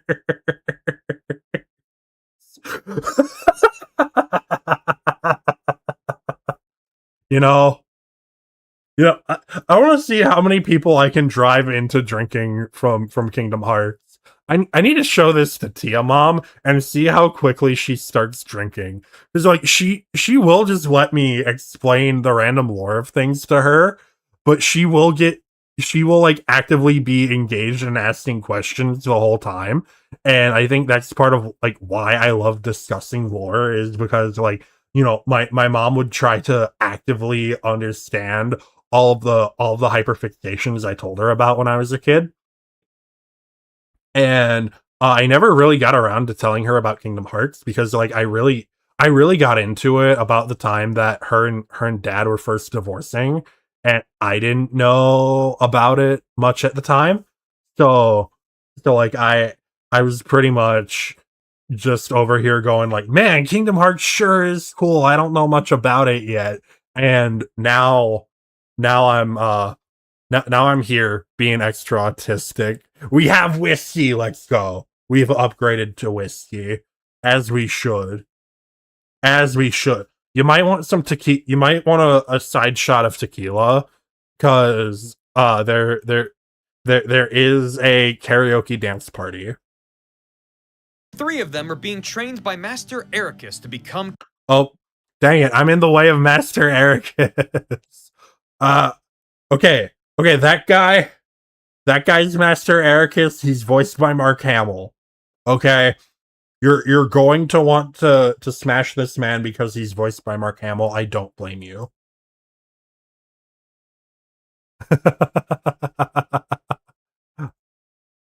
Keyblade Masters. Ventus is too young and spunky, so he has to wait while Aqua and Terra take their final test, the Mark of Mastery. Also, we're in this place, the Land of Departure. Aqua passes, and she's all like, neat. But Terra fails because he's got too much angsty darkness and Spencer's coupons inside his heart. And Ericus... The letter X, chat. This is gonna be super important later. I'm not... I wish I was joking. I wish I could say, like, haha, the letter X is going to be super important later, and then it does literally one thing. But no, Kingdom Hearts just, like, randomly decides this has massive implications on how the world functions, and we're going to use it exactly twice. That is just how this series works. Honestly. Takes one look and goes, girl, get yourself sorted out. Meanwhile, in a fancy land for fancy lads called Radiant Garden, and... Oh, hey! Hey, look, Radiant Garden! That's that Hollow Bastion place that comes up later, and I explained earlier, because turning places into other places is actually a way to hide information. Look at that! Look at that! We really are starting to come full circle. Handsome the Wise is researching how hearts work and stuff. He's got some test tubes and like a computer, and he's going, oh yes, interesting. And he's surrounded by all of his hot anime friends who kinda look familiar. There's also a little girl here named Kairi who's got no personality. Look at her go. Elsewhere, Aqua and Terra pop out of a portal on Destiny Islands because of course they do. They meet these 2 little babbies named Sora and Riku. Terra walks over and is like, ew, this one is totally giving me Ventus vibes.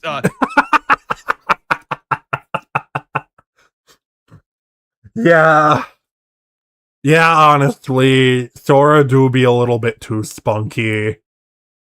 He do be.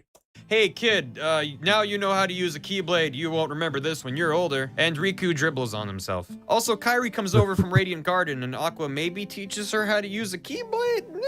Ventus is wandering alone by himself somewhere when this hot piece of action rolls up on a motorcycle and is like, remember me? And Ventus is like, nope. And Hot Stuff takes off his helmet and is like, how about now? And oh yeah, so Ventus also has a really complicated anime backstory for no reason.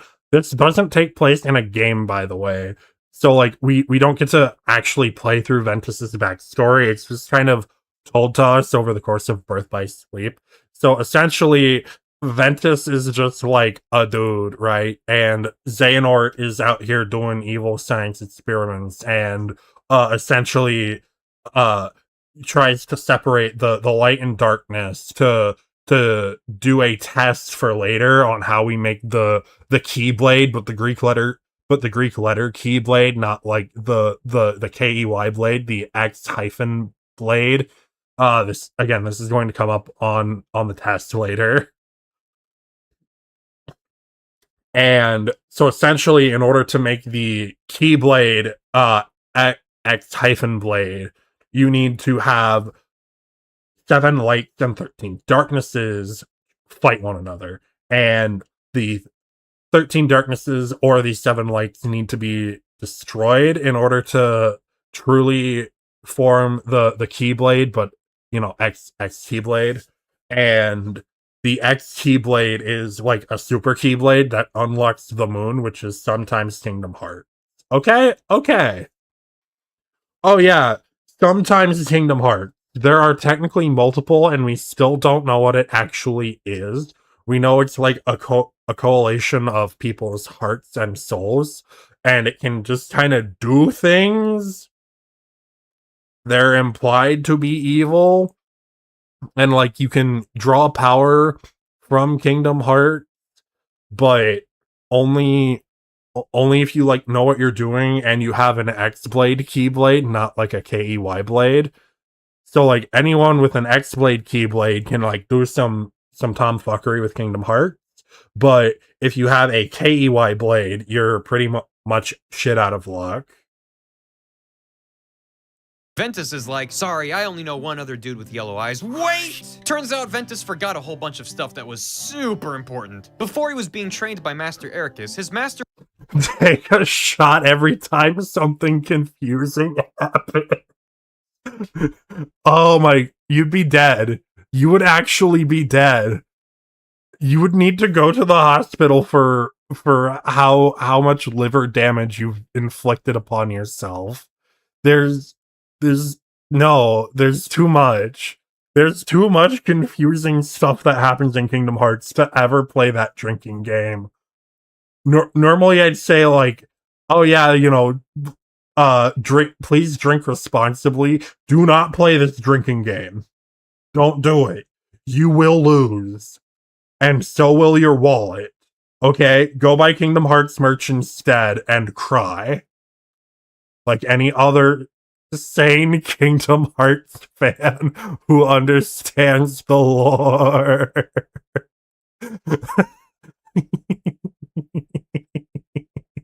was this objectively evil-looking dude with yellow eyes named Master Xehanort. How about that? Xehanort was trying to get Ventus to unleash the darkness in his heart to summon this all-powerful Keyblade. I keep explaining the thing that the video is about to tell us. Oh my... I feel like I'm going to end up doing like a super cut of I explained the video first and then just remove all of the parts of this video that are the actual a good enough summary of Kingdom Hearts where I'm explaining it worse. And then someone's going to react to that in the future. And, it's essentially going to be like a game of telephone where the explanations get increasingly convoluted. And everyone's correct, but like they're exceedingly more correct. It's like telephone, but the process is happening backwards. Called the Keyblade. That's the Greek letter key. But Ventus was like, I don't wanna. I'm a good boy. Look at my badge. And Xehanort's like, fine, I'll just take your darkness myself. And goes shoobly bop, sucks the darkness out of Ventus's heart, and makes Motorcycle Man, also known as Vanitas. Oh, yeah. Vanitas looked like Sora. I don't know why. He just does. And this is before Sora and Ventus even like know each other exist. There's some implications here about Vanitas existing and looking like Sora, but I don't want to get into them yet. Yet might be the key word.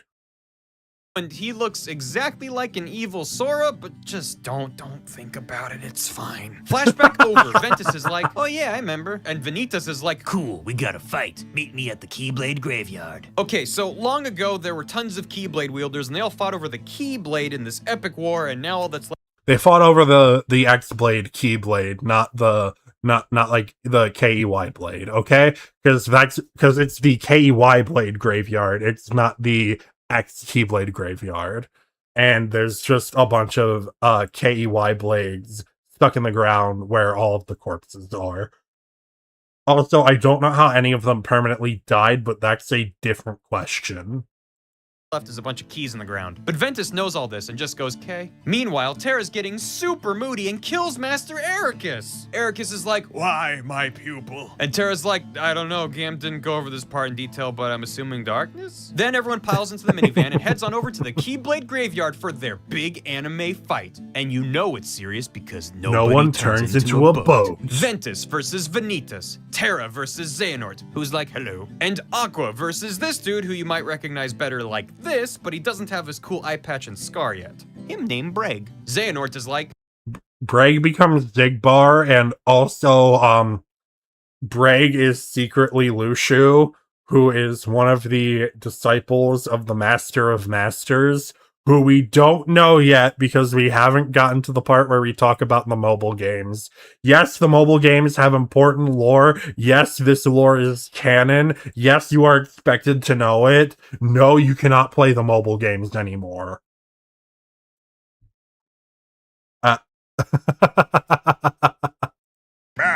"I'll have the Keyblade, not Keyblade, and with that, I'll control Kingdom Hearts." And Terra's like, "Nuh-uh, no siree, stop right there, Mr. Bister." And everyone starts fighting. Aqua beats up Breg, and he's like, "Ah, now I look cooler." Ventus and Vanitas fuse, which sorta creates the Keyblade for a second, but then it explodes.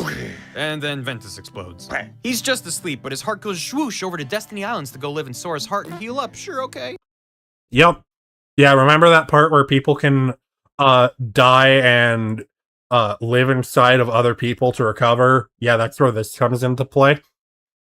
I don't know how you do that from long distance, but we'll figure it out later, probably. We're gonna get like a really convoluted explanation of all of this in Kingdom Hearts 4. And then after I've played it, I'm going to react to this video of me talking about this right now and be like, look at this fucking idiot.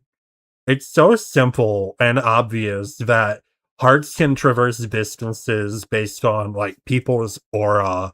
And so basically, as long as somebody matches your energy, you can just hang out inside of them, Lamau. I can't believe this idiot without the explanation didn't figure that out. Unless I did figure... If I figure it out by predicting what the answer is going to be and that answer is right, did I figure it out, or does it not count if I say it sarcastically? Huh. Twitch, clip that. Please and thank you. Aqua takes Ventus's blown-up body back to the land of departure and uses her Keyblade to turn it into Castle Oblivion. She goes, "Okay, Ventus, I'm the only one who knows you're here. Have a good nap now, pat pat." She returns just in time to see Xehanort possessing Terra, forming Terra Xehanort, or Terranort for sure. Terranort! A while back, Xehanort was Terranort, who is the guy in the lab coat that we saw earlier. Everything's coming together. It's all coming together now.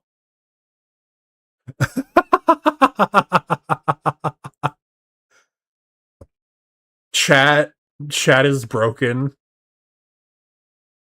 like, "I'm getting old. I can possess someone using the darkness in their heart. That's a neat trick." Also, psst, this is what Norting is. Aqua goes, "I am not about this," and fights and defeats Terranort. But Terranort's all like, "Ha ha ha, not so fast," and uses his Keyblade to unlock his heart, which traps Aqua in the realm of darkness and gives Terranort amnesia because we didn't have enough tropes on our plate already.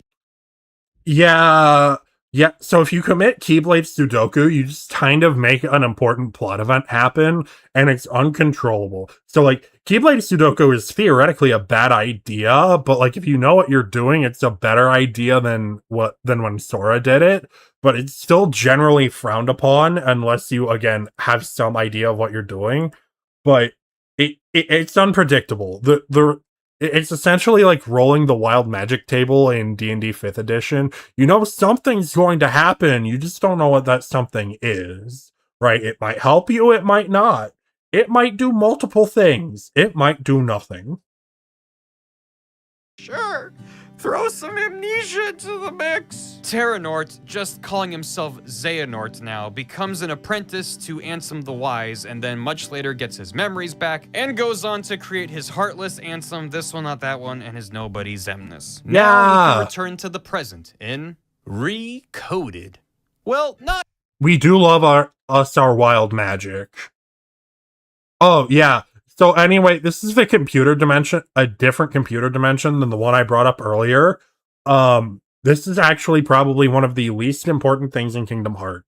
You can actually play this because it was a mobile game and was later turned into a DS game with a alternate ending that's more canon than the original mobile game.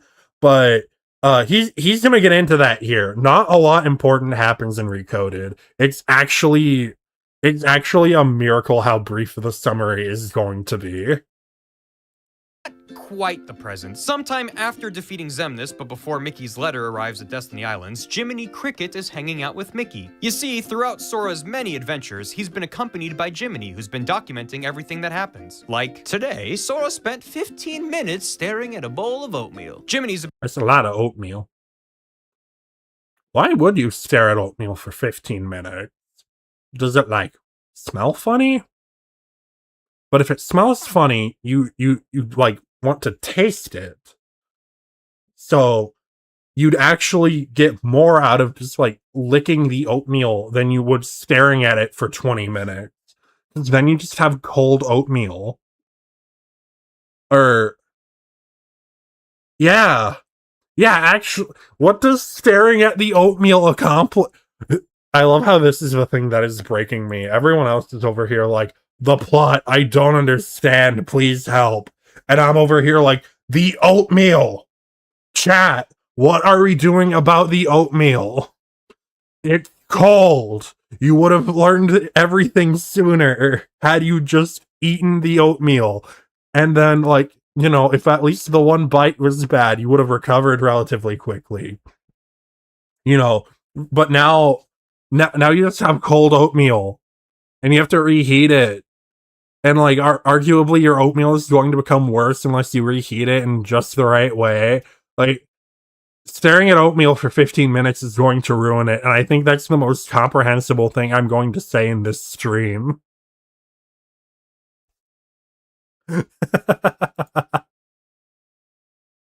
About to turn in his homework to Mickey when he notices some cryptic messages he didn't write, like some Cure lyrics or something. Chip and Dale digitize the journal and create a digital copy of Sora, Data Sora, to fight the bugs that are corrupting the data, and I don't know, hacking hijinks ensue? Pete and Maleficent are there, some turns into Riku, it's just whatever. The journal is restored and Data Nominee reaches out to Data Sora and is like, hey, you got a whole lot of business jellying up your jam ram. You got Roxas inside of you and like Shion's inside of Roxas, and then there's like Ventus sort of fused with Vanitas. It's just a big ol' awkward Inception party in there. It's middle school dance bad. Also, the bugs are a side effect of me messing with Sora's memories, cause Data Sora texts all this to Mickey, who's like, butter my me-shaped muffins, the real Sora's gotta learn about this stat, and writes the letter that then shows up at the end of Kingdom Hearts 2. Data Sora goes, what, real Sora? As the computer gets turned off, cause Mickey's got a date with the wizard.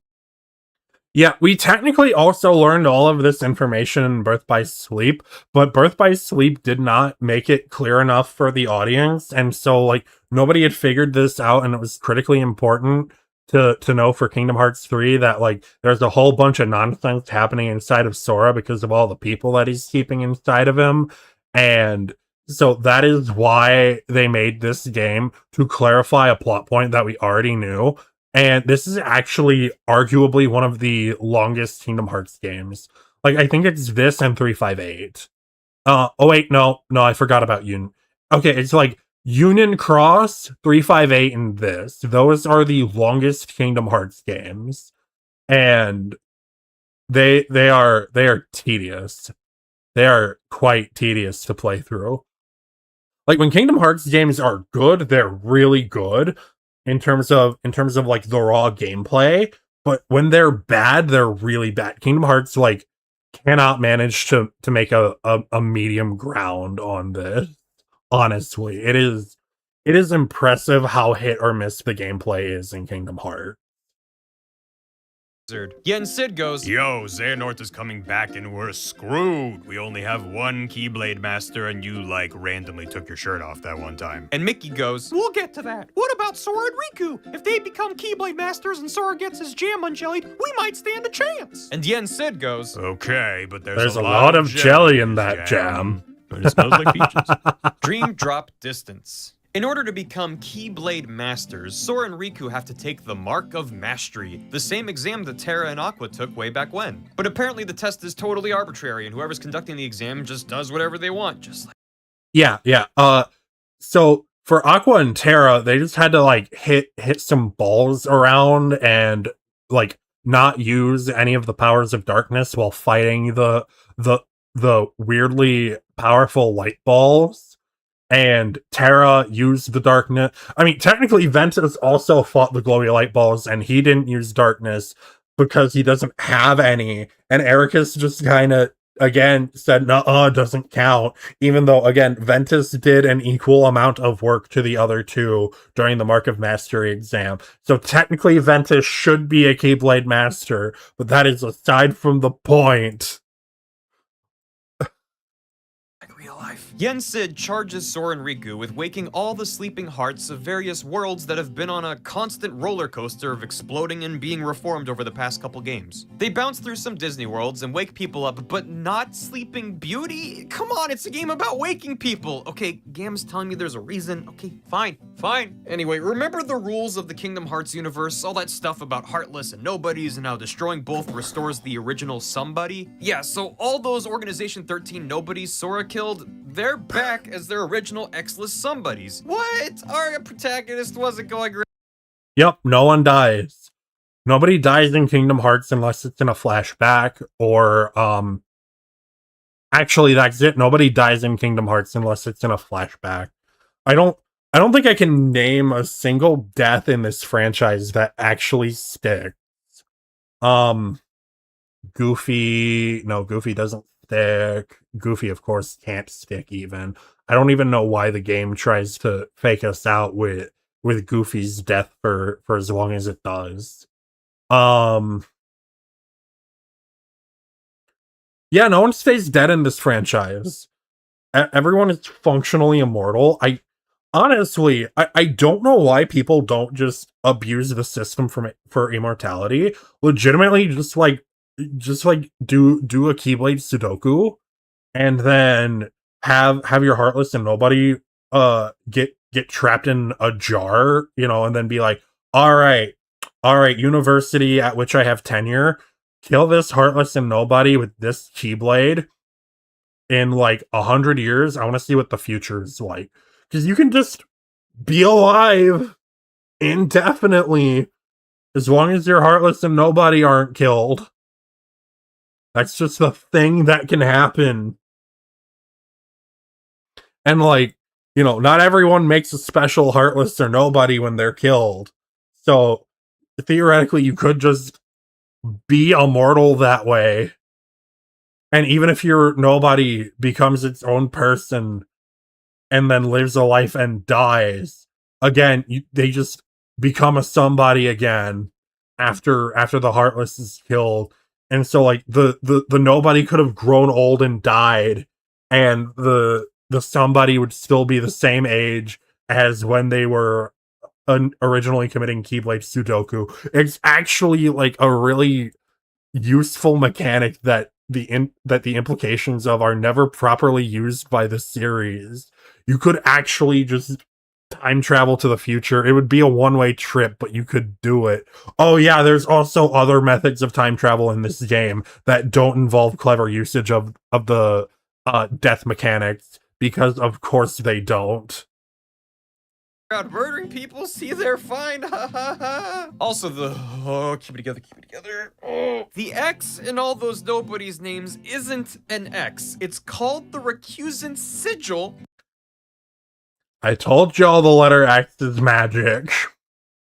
I told you earlier. And Xehanort uses it to mark his BFFs and track their location. This even works on clothing, and that's... oh god. That's how they're able to track Sora throughout this game. because they put an X on his shirt. Yup. Woo! Oh, and then this guy shows up. This is young Xehanort. Yeah, Yep. Time travel. so now there's time travel in this series. Good! I am over the heart-shaped moon! Thank you!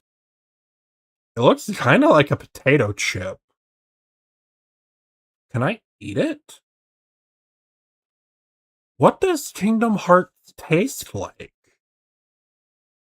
Is it salty? Or sweet? Or both? God. That's such a stupid reference. It's both. It's both. Okay.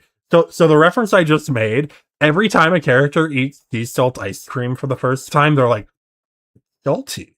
No, it's sweet. And they never come to the conclusion that it's actually both. You know, because it's ice cream with salt in it and food coloring. That's literally all sea salt ice cream is. It's like a vanilla ice cream with salt and food coloring. And just nobody ever comes to the conclusion that something can be more than one thing. Oh my god. Oh, anyway, I want to eat Kingdom Hearts but like this one in particular, because I imagine it's kind of like a barbecue chip. It really doesn't matter how time travel works in this universe, and I'm scared to open the wiki again, so here's all of Gam's notes on the matter. This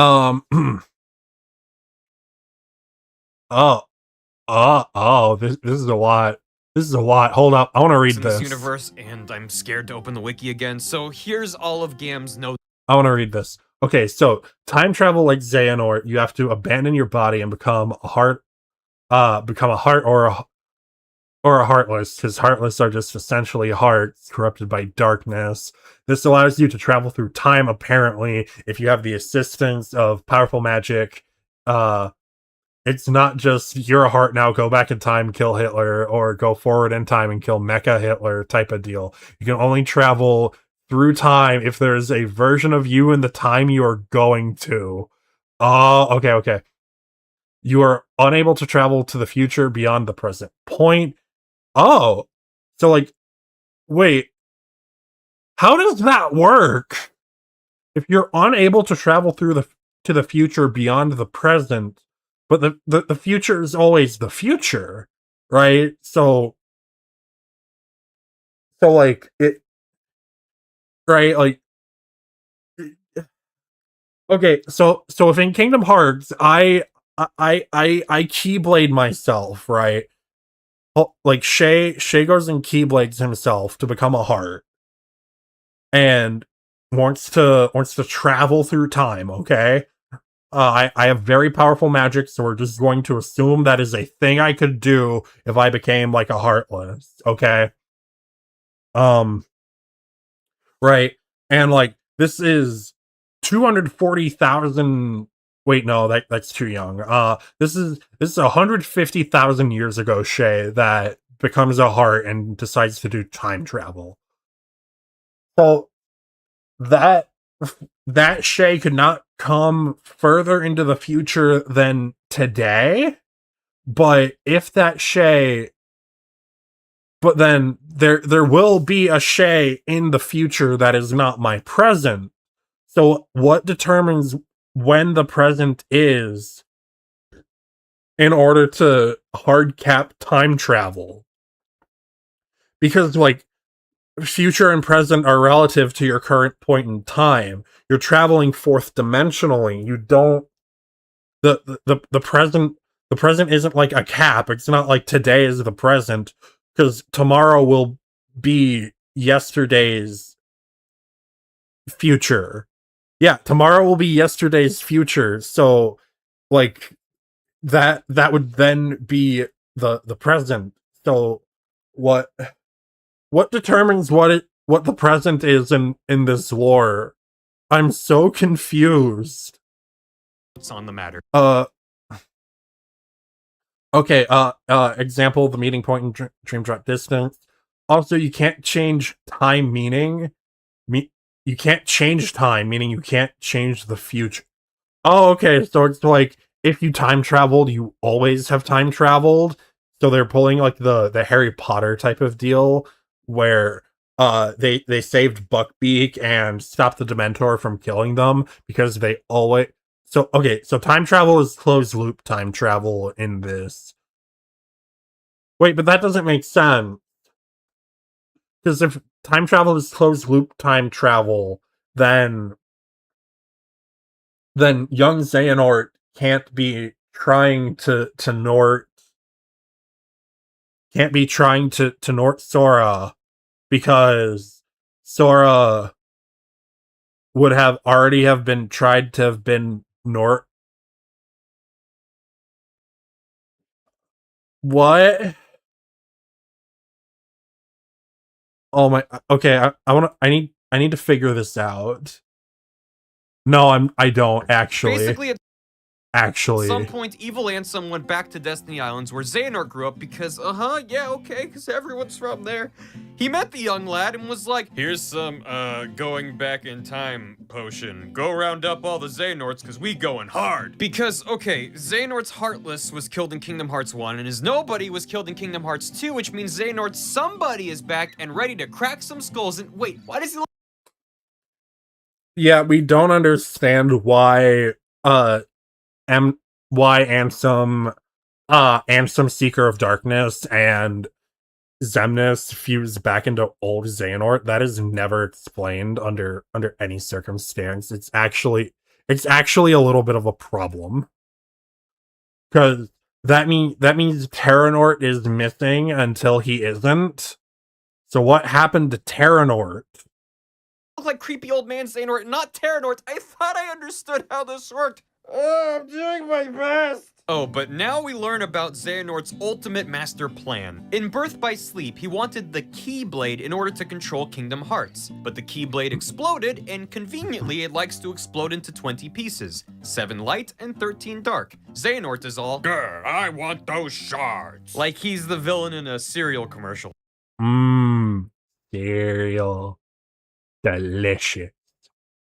Or something. Originally, he planned for the 7 light pieces to come from the so-called 7 princesses of Heart. Snow White, Cinderella, Alice, Aurora, Belle, Jasmine, and Kairi. This is all the Kairi.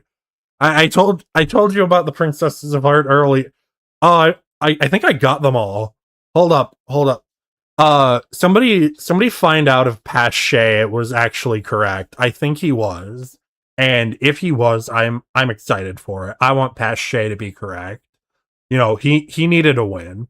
Pache needed that win, but he can't come to the future to figure out if he was right, even though the future is now oh my, time travel. Princess Pods and Hollow Bastion back in Kingdom Hearts 1. But the 7 light pieces could also be the 7 Guardians of Light. Mickey, Sora, Riku, Ventus, Aqua, Terra, maybe Kairi. It's not really clear right now. Meanwhile, how is Kairi both a Princess of Heart and a Guardian of Light?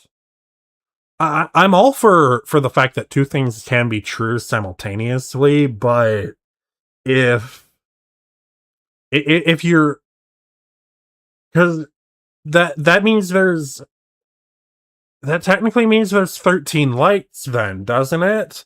Because we have the Guardians of Light and the Princesses of Heart. We have 13 lights and 13 darknesses, because Kairi counts as both, apparently.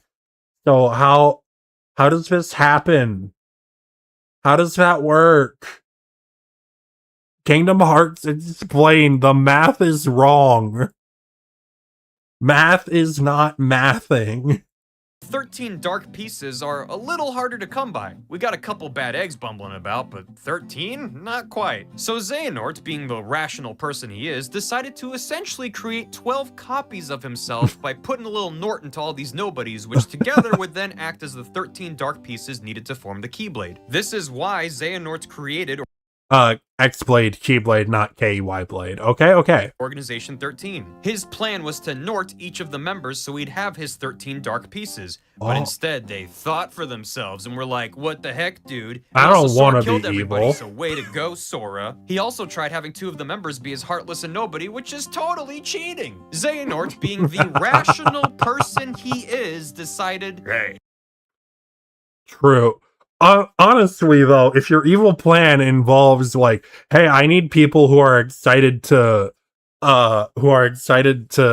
commit to my evil plan, they might as well be you, right? Like, if anyone's going to commit to your evil plan, it's going to be you. So, honestly, good on Xehanort. Good on Xehanort for figuring this out. That is more intelligent than what is typically expected from Kingdom Hearts. That's a good point. What am I doing norting unwilling people? I'll just find people who want to be me. Like, me. So that's why he sent Ansem to seek out young Xehanort in the past. He's making a new Organization 13 out of some time-traveling Xehanorts and a bunch of other friends called the... Wait for it. Real Organization 13. This is that rebrand that Pache brought up toward like the start of this whole ordeal. They should have called it the Super Excited to Be Xehanort. I forgot about this bit. Chat, do you want to get shade? Or can I Nort you all, and then we'll have the Super Excited to Be Shay Club. It wouldn't be light or darkness. It would just be like thirst, probably. Yeah, it'd probably be thirst. So like, I don't even think we'd make a Keyblade, X Keyblade, not KY Blade, if we fought anyone. I think it would just be, we're all just kind of like, looking at tall goth women. Chat, do you want to get shade to look at tall goth women? Let's go. I believe in us.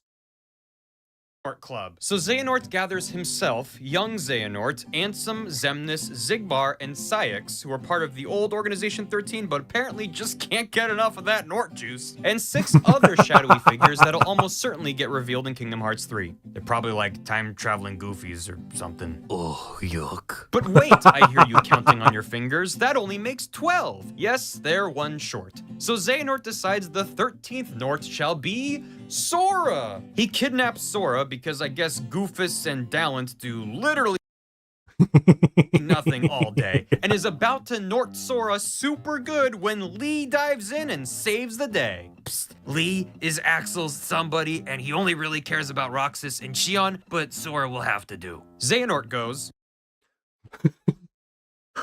Yeah, my 2 friends who are inside of you and technically only partially you, I like them better than the actual you who is here in front of me. We are not friends. My friends are just parts of you that are different people that I like better.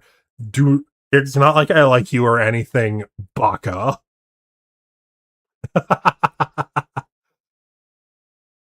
Trust. Drat, I'd kidnap you again, but we're all out of our going back in time potion.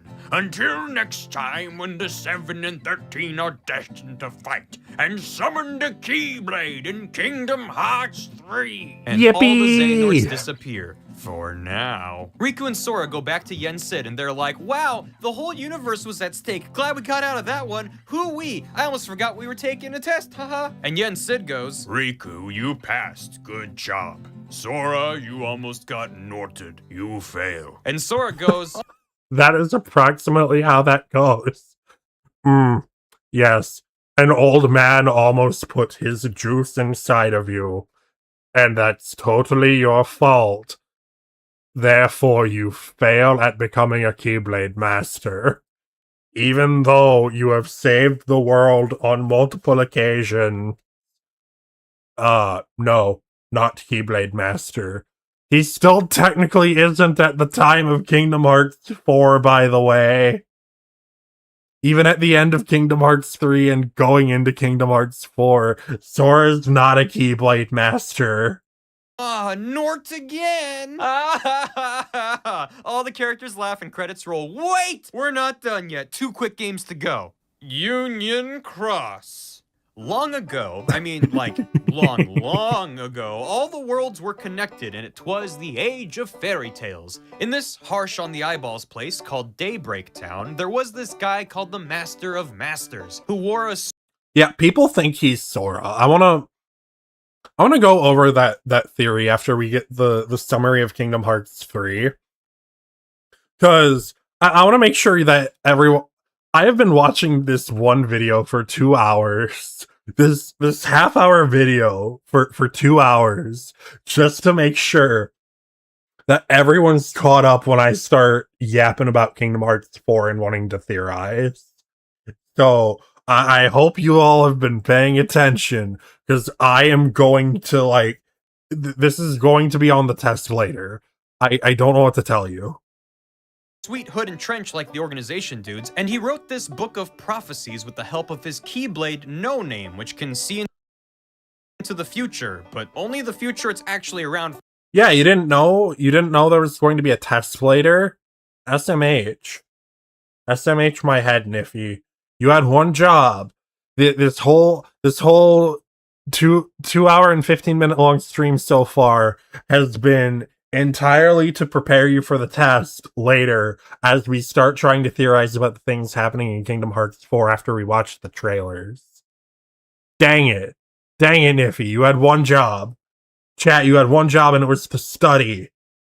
This was the study session. We've been cramming for so long, and none of you retained any of it. For, like, in the same room. Look, it's got a magic creepy eyeball. So the Master of Masters goes to his 6 apprentices and is like, hey guys, I'm gonna peace out. Here, you carry No Name around and pass it down through the generations for no particular future sight related reason, and this box, don't open it. And the rest of you get a signed copy of my book, you're welcome. But little did the apprentices know, he gave each of them a slightly different copy of the Book of Prophecies. They read their Bum, bum, Yeah, this man wrote the same book repeatedly, and they all have slightly different endings. We don't know if these are like other drafts of the Kingdom Hearts plot that Nomura just put in to make them technically canon, but they sure are a thing. We're gonna find out about them in Kingdom Hearts 7 probably. Books and learn there's a traitor amongst them, but not really. The apprentices scatter to the winds like dandelions and create their own little groups that learn to use Keyblades. Years and years pass, these groups all end up fighting in the Keyblade War and shattering the Keyblade into 20 pieces, and yeah, there's some of your backstory, I guess. Look, this is a browser/mobile game, don't worry about it too much. Like, maybe you should know Ventus and Marluxia's somebody are leaders of 2 of these groups, and there's these things called Darklings that are heartless born from Keyblade Wielders. There's a Darkling on the box for Kingdom Hearts 3 right about... yeah. Yup. Yeah, even though Sora, who is a Keyblade wielder, did not become a Darkling, he became a Shadow, which, again, contradicts everything that we understand about Kingdom Hearts. Have we mentioned the retcons yet, chat? There's so many retcons. But seriously, if any of this is relevant in Kingdom Hearts 3, I'm sure they'll provide context for it like the competent writers they are. And actual footage of chat right now. Just right here. For it like the competent writers they are. And It's you. These games have no focus. Kingdom Hearts 0.2 Birth by Sleep. A fragmentary passage. That's the sound of my soul escaping my body. Kingdom Hearts 0.2 Birth by... Hey, you know what? Let's just call it No for short. Acts as a kind of...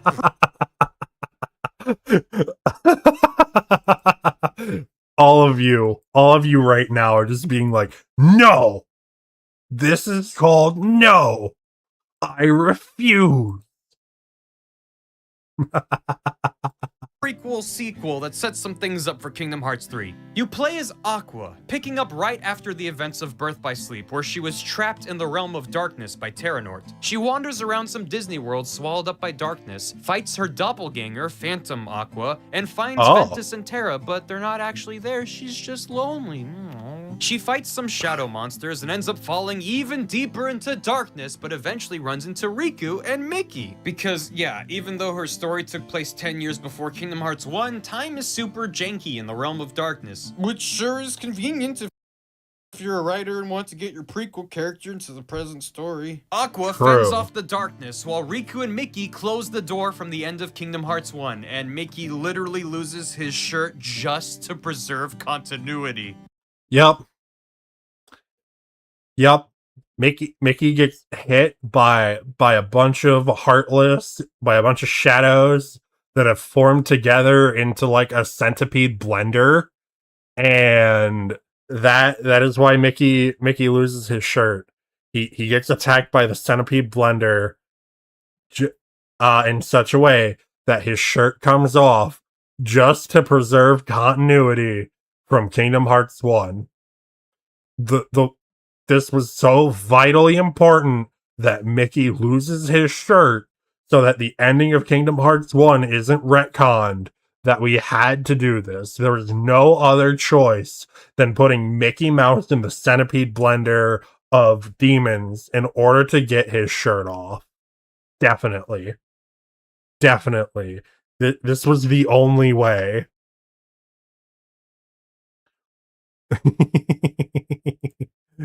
This was the only possible way. There's no other reason. What a guy! What a guy! The door is successful. Wait, what? Hold up. What a guy! What a guy! Yeah. Chat, you like that. You know what? This should be the thumbnail.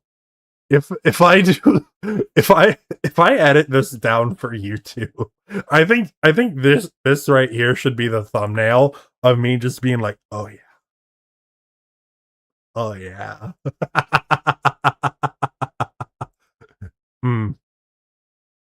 We love buff Mickey here. The door is successfully closed. Hooray! Except Aqua is still trapped in darkness. Oh no. Elsewhere, Yen Sid is like, Sora, not only did you fail my super simple exam, but your brush with getting Norted actually left you Metroided. Look, all your stats are back to level 1. Sora Dang. goes, oh well, gosh darn, ain't that convenient. I mean inconvenient. There's no time. Go to the Colosseum from Hercules and hang out with Danny DeVito. Okay. Also, Lee is a Keyblade Wielder now, and Kairi. Yeah, Keyblades for everybody! Woo! We love Keyblades. You get a Keyblade. You get a Keyblade. Everybody gets a Keyblade. K-E-Y blade, not X-blade Keyblade though. We can't be giving those out like candy. So everyone gets a K-E-Y blade. Okay. We understand. Good. I'm so tired. And that takes us to Kingdom Hearts 3. Sora's gotta train, Riku and Mickey gotta rescue Aqua, Kairi's got to maybe develop into a character, and Xehanort is off somewhere trying to get the 7 Pieces of Light and the Sex Club to go to prom together. What'll happen? Will Xehanort reassemble the Keyblade only for Yen Sid to pull a King of Red Lions and be like, I made this? Will the Disney and Final Fantasy characters actually have any kind of bearing on the overall plot? Will Probably we meet a character not. without pointy anime hair? Will we get to befriend him over the course of our journey and then in our final moment of need his hair pointifies and he saves the day? Will Goofy say a swear? Let's Goofy swear! Hello, if you feel like you don't Give Goofy his one swear, okay? Get Alright, so chat, we've gotten through Kingdom Hearts 1 and 2. Alright, we've gotten through everything up to Kingdom Hearts 1 and 2. Alright, so now it's time for Kingdom Hearts 3, which is also vitally important for different reasons, and is significantly shorter. Alright, then let's do Alright? Kingdom Hearts 3 time, baby! Let's go! this. Kingdom Hearts 3. Last we saw Sora, he was getting told by Yen Sid to get good. His main task is to relearn the power of waking, Which he definitely always had and was not made up this game. Definitely. and we know what this power of waking is, and it's going to be a very satisfying resolution with mechanics that make total and complete sense, and they don't make total and complete sense. They make no sense. I hate these mechanics. I don't understand them. They're not even a gameplay mechanic that you can like try and use the gameplay to figure it out. No. This is a plot mechanic. You can only use the power of waking when the game says you can use it, and you still don't know what it is, and also you're using it wrong, which doesn't make sense because you should just kind of be able to use it correctly first. How do we use it wrong if we don't understand the basic mechanic at all? I hate this. which will allow him to help those jumbled up hearts inside of him and unjelly his jam once and for all. I guess that's technically what he did with Kyrie's heart back in Kingdom Hearts 1, but with the power of waking, he shouldn't have to poke his soft underbelly and turn into a bug. Yensid gives everybody who matters new clothing and sends them off. Oh, also be on the lookout for Keyblade Wielders. We need like 2 more to get to 7, He says. Sora, Donald, and Goofy. But that's why Kyrie and Axel, or Lee, I'm sorry, Lee, get Keyblades so that we can have a proper head count, and also we can like go save Ventus from Castle Oblivion, or I'm sure there's at least one Keyblade wielder technically trapped in Hollow Bastion, which we never turned back into Radiant Garden. We just kind of rename it from Hollow Bastion and don't get any kind of satisfying resolution in relation to that plot line, even though Hollow Bastion and Radiant Garden being the same place is how we establish that we can turn places into other places to hide information. Fly through a bunch of completely arbitrary Disney worlds that once again do not matter in the slightest, and Sora learns absolutely nothing about the power of waking. Jack Sparrow is actually a bunch of crabs in a trench coat, and Rex from Yes, Jack Sparrow is a bunch of crabs in a trench coat. Toy Story is obsessed with this hot new video game you wish you were playing instead called Verum Rex. Wait, is So Verum Rex is actually critically important to both the end of KH3 and the entirety of KH4. We know nothing about it yet other than the guy on the video game cover named Yozora, who is not Sora but looks more like Riku, and I think he also kind of sounds like Riku, but I think it's a different voice actor. Anyway, he has like a laser sword and also a crossbow and a Sharingan, and like he is one of the hardest boss fights in Kingdom Hearts, which I will be attempting after I play KH3 live on stream, and it's gonna be a whole thing. I swear we come to this franchise for the gameplay, except for when we don't. he obsessed with it because he thinks it's about him? Oh, and you can make Olaf.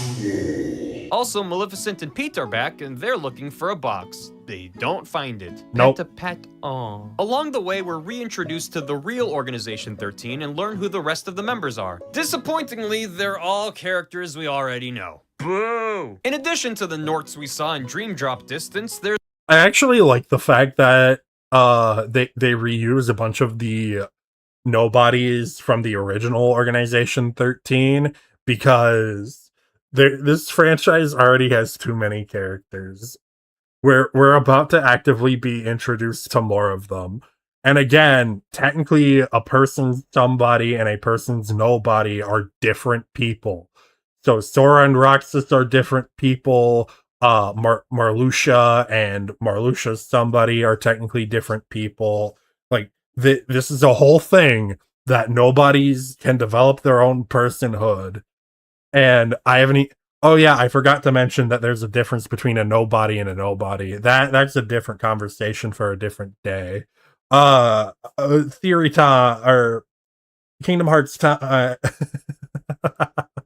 Larxene, Marluxia, Luxord, Vexen, and Demix. But now they all have yellow eyes. Yo-oh! Also joining the gang is Vanitas from Birth by Sleep and Dark Riku, a time-traveling replica Riku from Chain of Memories. who is different than the replica Riku hanging out inside of Riku. There's replica Riku, this guy who is Dark Riku, who is technically different than replica Riku. I don't know how, I don't know why, but he is. The replica Riku and Dark Riku are different characters, even though they're both also technically Riku. Okay. This is a different Riku than the replica Riku we met in Castle Oblivion, and we know this because that replica Riku is hanging out inside of the original Riku like a teenager loitering outside of 7-Eleven. There's also a hand-wavy explanation as to why Ansem and Xemnas blowing up revived old man Xehanort instead of Terranort, but don't worry about it because Terranort is back too, and there's even another hooded figure we'll get to later. This is way more than 13.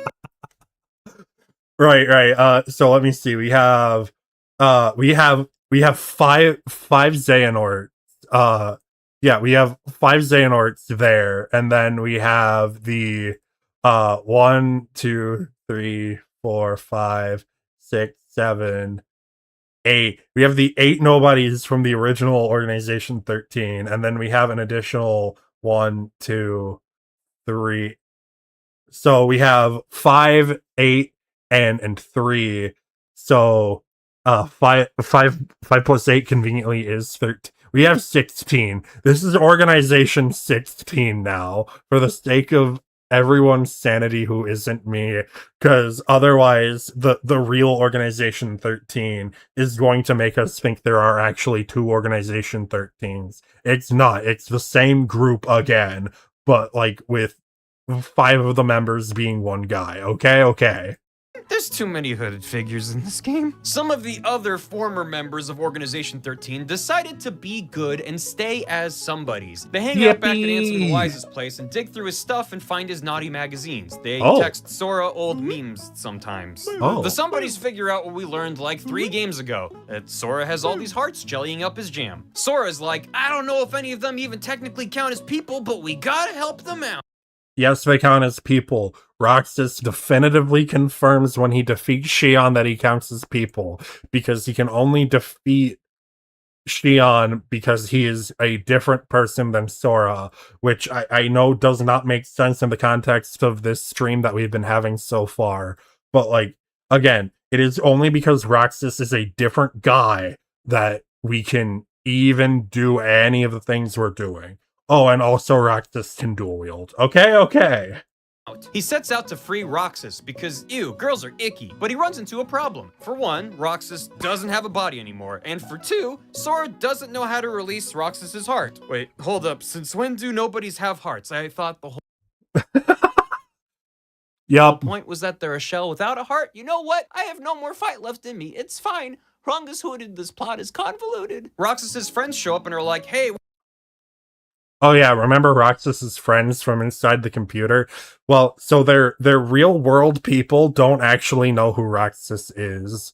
So Roxas's friends are not actually his friends, except for Lee and Xion, who we'll get back to them later. But like, these guys aren't actually Roxas's friends, despite the fact that Roxas thinks they're his friends, and like the real people versions decide they want to be his friends. Because of course they do. Why wouldn't they? Roxas is a really cool guy, and also he's good at hitting people with a baseball bat, which is a sport in this universe.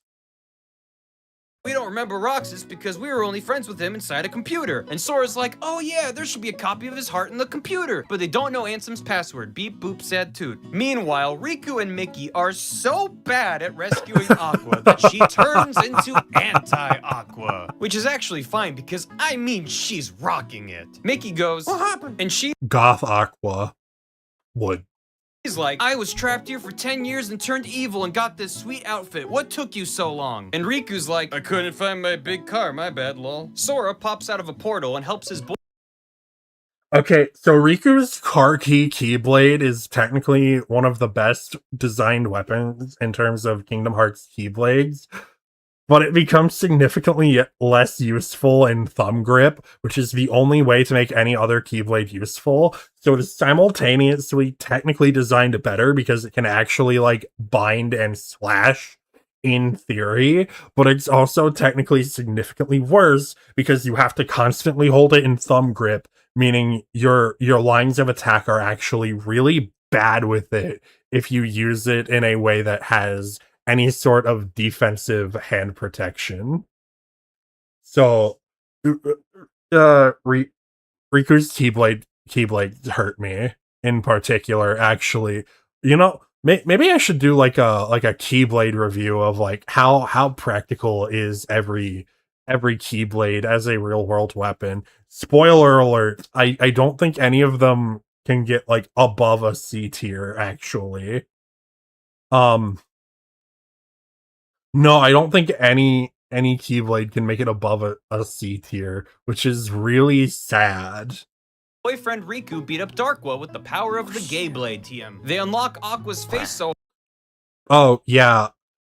This weapon is actually just made through the power of Yaoi. So like Sora essentially, because he loves his platonic homie Riku so much, he manages to bust through the dimensions and like combine his heart with Riku's, and that's how the Keyblade is made. And it can only be used once because both Sora and Riku just have terrible refractory recovery. I mean, like they're both very much one and done type of dudes, which I guess is okay since like they've never had any experiences before, but it's still kind of it's still kind of disappointing that they can only do this literally once, just for the Fujoshis. they unlock Aqua's face so hard she turns good again. Why? They zip over to Yippee! Castle Oblivion and Aqua turns it back into the land of departure, and they find Sleepy Ventus right where she left him having a big ol' nap. Sora tries to use the power of waking, but Vanitas pops up and attacks Aqua. He's like, heh heh, and she's like, oh no. Suddenly, Sora learns the actual power of waking because, they had an opportunity to make the Disney worlds relevant, but no, you know what, now is fine, this'll do. Ventus's heart poots out of Sora and into Ventus, and Ventus wakes up. He Yes, it is actually that anticlimactic in the gameplay. Like, I don't even think Vanitas is a good boss fight here, because he kind of just throws out attacks you've already dodged and harder already. So like Vanitas doesn't even put up much of a. I don't think Vanitas ever puts up much of a fight in Kingdom Hearts 3, actually, which is really sad because his Birth by Sleep boss is actually pretty interesting at points. But again, there's just nothing the game can actually do about that fact. jumps in front of Vanitas and goes, remember me? And Vanitas goes, oh, that's cute, because that's what I said in Birth by Sleep when And Ventus pops him on the noggin. Ow. Did you Oh, yeah, Ventus uses his Keyblade in reverse grip, and also it's designed to be used that way. The reverse grip Keyblade hurts me so much. So much. Oh yeah, and it's even like a shorter weapon to try and make it more useful in reverse grip. But they make the teeth face the wrong way. So it's not even good at what it's trying to accomplish. Honestly, had they made the handle vertical, they probably could have turned this into like a Keyblade Tonfa, and then it would have actually had some unique uses as. Again, it's still not a good Tonfa. It'd be like a Final Fantasy anime type Tonfa, but it would be more useful than it is as like a terrible designed reverse grip Keyblade. Elsewhere, Vexen grabs Demyx and is like, Wait, I forgot Xehanort isn't even a real goth. Let's bounce. what do you mean? You willingly came back and let yourself get Norded. I'm a double agent. I'm working for Ansem the Wise. Let's go. And Oh. on their way out, they steal an empty replica body for Roxas. for later. Oh, and Ansem the Wise is totally fine and wandering about in the background, but he barely does anything, so don't worry about him. Back at Yen Sid's place, the 7 Guardians of Light are finally assembled. Sora, Riku, Mickey, Aqua, and Ventus are joined by Kairi and Lee, who spent 10 hyperbolic time chamber minutes in Merlin's moon bounce, so they're totally trained and up to the task. Yen Sid goes, Son of a Disney, is this really the best we have? Oh, yeah, Lee also uses his Keyblade like a chakram. Because it's literally just like his chakram with a fire shape, with like a fire shaped like a Keyblade attached to it. And I'm like, why did they even give you a Keyblade? Why didn't they just say your chakrams were special enough? Oh yeah, and he dual wields it with his other chakram.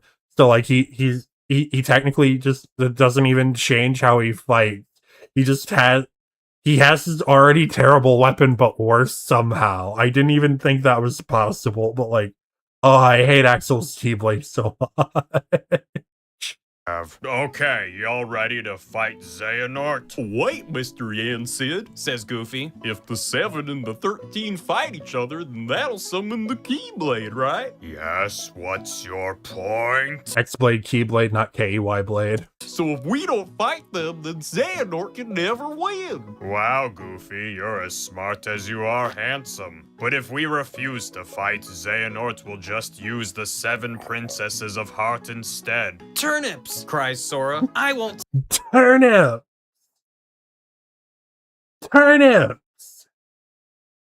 Oh, shoot! I love these little sayings that get thrown in. They're so great. "Stand by and let Naughty Nort hurt Jasmine and Belle and Snow White and..." No, actually, we're done with those princesses. It's all about Frozen and Tangled now. "But what happened to..." It's all about Tangled and Frozen. And maybe Moana. Moana, eventually. Now go, appease our sheriff. Yeah, that retcon is not explained, by the way. It just kind of happens that, like, oh, yeah, the old Princesses of Heart aren't anymore. Marketing, I guess, sucks to suck. Because why have consistency? Elders and fight that Xehanort. So the 7 Nort, Guardians Nort, of Light Nort. and Donald and Goofy take the battle bus to the Keyblade Graveyard. They battle against the trillion billion Heartless, and Sora defeats them with a choo-choo train. But then Terra... That is not exaggeration. Sora just summons a choo-choo train made out of, like, LED lights and fireworks, and then that is his ultimate plan, is just choo-choo. It's not even played for a laugh. This is, like, actually played completely straight, that Sora's going to summon a choo-choo train and run over all of the Heartless. Nort shows up and kills everybody. Oopsie poopsie. Sora wakes up dead in the final world and puts his soul back together by running through an Escher painting and high-fiving himself a lot. He brings everyone back to life and they fight another wave of a trillion billion Heartless. But this time they summon the power of Union Cross and surf on a wave of Keyblades, and the ghost of this guy without pointy anime hair winks at Sora. See? I called it. Yen Sid, tired of everyone's incompetence, blasts down from orbit and makes a path through the Heartless. Moses, I'm doing a Moses! He yells. Finally, after countless games and years upon years of waiting, we have our 7 and our 13 face off against each other. And it's all tense and quiet, and a tumbleweed rolls past. But Xehanort goes, Lol, nope, poof, here's a maze. Sora... Yeah, I don't understand the maze of death and destruction here. I just don't get it. Why is the maze... Oh yeah, and we have Bork. Bork. Yeah, I don't understand the maze of death and destruction being here. It's just kind of, like, vibing. Because, like, you don't even have to do all that much padding to justify why do we have so many boss fights. It's like, no, we'll just do this like anime duels, you know. All right, I'm gonna challenge the people among you who who I have personal beef with, and then, you know, we just have a boss rush. And maybe we can play as some other characters, except for the fact that we can't because they locked that behind DLC.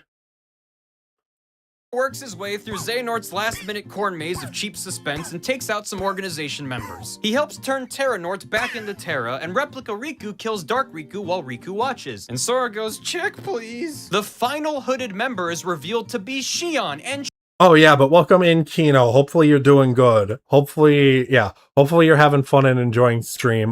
We're learning about Kingdom Hearts lore, and by learning about, I mean I'm reviewing it for the benefit of chat because I want to react to the new Kingdom Hearts 4 stuff, and nobody other than me is caught up on it. So I just had to. Oh, thank you for hydrating, Iffy. There we go.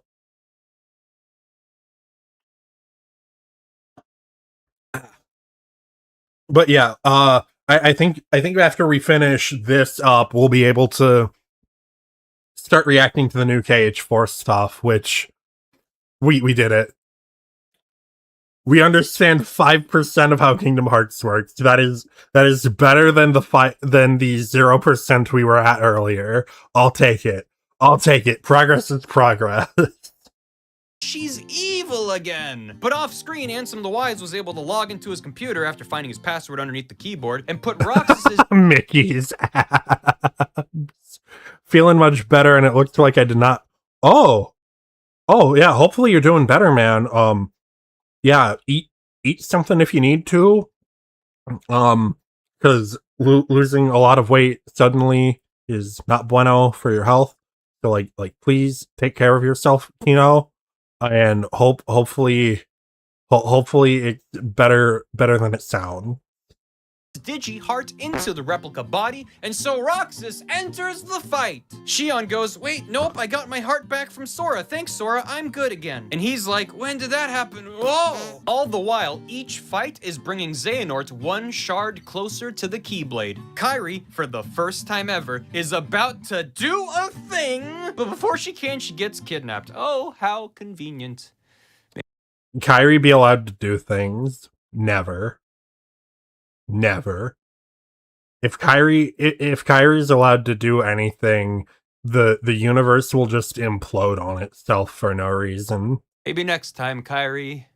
Maybe next time. Sora's like, "Heck, I'm not gonna fight and let you summon the Keyblade. I throw down my sword." But Xehanort goes, "Oh yeah, what if I do this?" "Psh, okay, sure. Threaten someone I don't even know." This is Kairi from Destiny Islands. I think I know what Riku looks like. Indy Girder.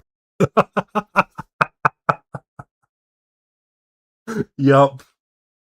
Yeah, no, Kairi is not at all believable as Sora's love interest. It's just freaking like this.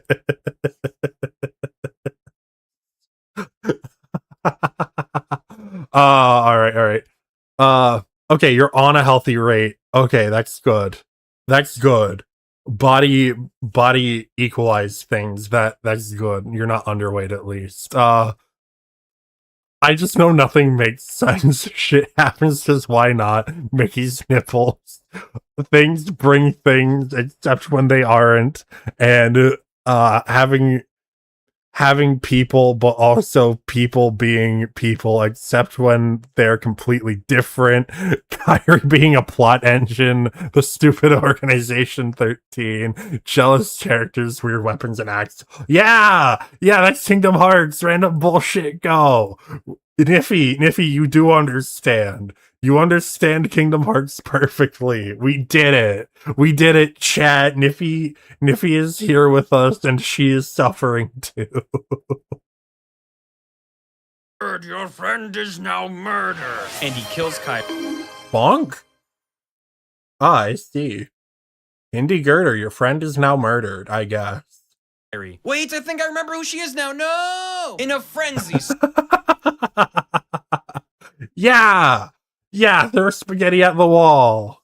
Sora defeats the last Norts, allowing Xehanort to summon the Keyblade. I made this. Oh yeah, that was the thing I wasn't supposed to do. Whoops. He says. Uh-oh. Now I'll summon Kingdom Hearts and make it purple and drippy. Says Xehanort. Duck noises, says Donald. Viola, says Goofy. Or at least he should have. Mickey, realizing he should probably do something of note in this game, stops time and pulls Sora aside. Hey, so it turns out that most of the organization members you killed were traveling through time, which is why they were back even though you defeated them before. And Xehanort is the portal that lets them do that. That makes every amount of sense. Thank you, Mickey-senpai. Oh no, is that a wave of Heartless I see? Stop.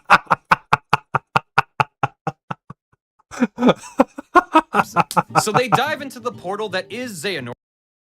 Yeah, into Xehanort, who is acting as a portal because plot reasons, and also all of the time travelers are also him. So that actually does work with how time travel is established to work, even though it's stupid. And wind up in Scala ad Caelum, the stairway to the sky, and prepare for their final, ultimate, you better believe it's gonna be epic, anime showdown. Sora believes in himself, Xehanort turns into a goat, and the player mashes L2 a lot, trying to select the right... Damn it! Well, at least someone turned into a boat. You actually do turn into a boat during this fight, if you have the right attraction flow activated. Last, Xehanort is defeated. Darn Grummet, my plan was awesome. Everyone was gonna be all like, "Oh, Xehanort, you're so cool." But you're not so cool, old friend. Everyone gasps with astonishment because it's the ghost of Ericus present. Yeah. Who's still voiced by Mark Hamill, therefore, smash. This is one detail I probably should have mentioned in the last video. When Ericus died and birthed by sleep, his little soul particles got caught in Terra's hair, and he's been quietly hanging out inside of Terra this whole time. Xehanort goes, Heck, I guess you're right. I quit. Let's go get some sushi. Ericus and Xehanort hold hands and fly off into space, and there goes any chance we had at catharsis. Okay, cool, this is super underwhelming. Sora picks up the Keyblade and swoorshes everything back to normal, and everyone's like, hooray! Lee is chilling with Roxas and Xion, Aqua's hanging out with Ventus and Terra, none of whom have aged in 10 years, okay? And Sora goes to Riku and is like, well, spit me out like the pin of a palpu fruit. I can't believe we all made it back in one piece. Oh yeah, we still haven't eaten any palpu fruit with anyone. We swear videos like this, the level of ridiculousness it can be. Yeah, no, it is an unfortunate reality that Kingdom Hearts is just like one of the most nonsensical things on earth. It is just actually like this. Like, you don't even need to make jokes about how convoluted the plot is, because it's that convoluted. And people are portals. There are proper nouns have multiple meanings, and also we have Keyblade, X-Blade, Keyblade, and KEY Blade, which are different things. Okay, yeah, this is fine. And Riku goes, you do remember Kairi died, right? Oh yeah, but if I bring her heart back, I'll be lost forever. Where does it say that? It says right here in my dramatic endings for Dingus's book that I ate for lunch. So Sora brings Kairi back to life and fades away. Later, nerds. And just then, Naminé walks over and starts breakdancing. Ow! Meanwhile, Pete and Maleficent actually find the box they've been searching for this whole time, and it turns out to be the Master of Masters box from Union Cross. Remember that one right there? A hooded figure arrives and summons 4 of the 5 foretellers. They're like, sup, Luciu, the other apprentice from Union Cross whose face we've never seen. You were right here in the lineup. Yep, that's you. Why have you portaled us here to the future? Also, we're missing Snake Girl or Rabbit Girl or whatever. And Luciu takes off their hood and reveals themselves to be Zigbar! Oh, yeah, so Zigbar actually repeatedly brings up how he's, like, totally a Keyblade wielder, even though he doesn't have one. And this is, like, completely brushed off by all of the characters, because they're like, really? Zigbar? I don't know. It's fucking Zigbar. We kind of just put him... We kind of just insert him when we need a boss fight randomly. And yeah, no, Zigbar's been a Keyblade wielder the whole time. And the foreshadowing is just Zigbar going, man, I should totally have a Keyblade. I would have won if I had one. like every time he loses a fight, which is always because he's Zigbar, even though his arrow guns actually have like some really gnarly and skill-based attacks that you have to dodge. Like Zigbar actually has really good boss fights in this series. But, you know, he's Zigbar. It's just like, oh, we need a boss here. Zigbar hasn't done anything, and then we shove in Zigbar. They apparently didn't die earlier. And our Lushu. Zigbar, or Lushu, is like, whoops, looks like Xehanort's out of the picture, and I'm the villain now. Hornga's hens, the ride never ends, hee hee hee. And then Sora wakes up in Tokyo, and the guy from Verum Rex is there. Yes, the guy from the fictional game Rex was obsessed with. I do not know. Don't look at me. And that's it for Kingdom Hearts 3. The Disney worlds were finally relevant, and we don't understand. Or is it? Might be. Most of Kingdom Hearts 3 took place in an alternate timeline dreamscape, and there's actually some semi-decent evidence to back that up. I don't know. There's a link in the description to the theory, and it makes me mad. We're not going to look up that theory. That it's plausible. You can also click here and watch Gam read the theory to me while I work on this video that you're watching. Good night, everybody. See you in 15 years. Also, look, I got stickers now. pointsnail.com. Bye. Oh, right. We have 1 more minute and 14 more seconds of lore to look up. And then everyone will be caught up with the events of Kingdom Hearts 1 to 3, and we're going to be able to finally look at trailers and theories, okay?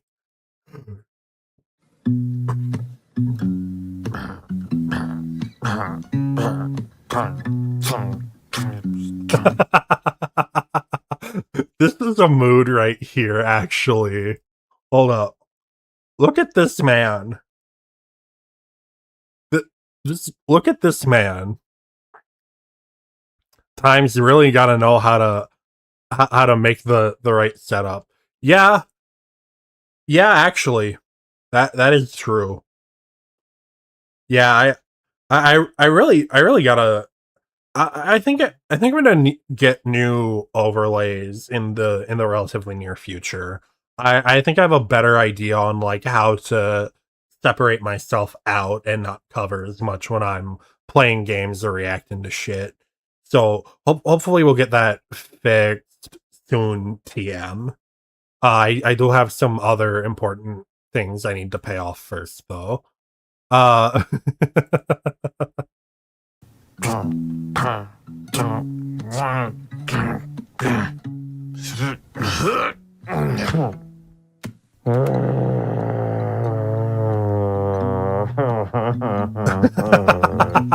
Okay, so, Kairi finally did a thing, but it made her really, really tired, so she had to sleep it off for a year. Yup. That is actually how Kingdom Hearts 3 mind goes. You have to sleep off the trauma for like a year.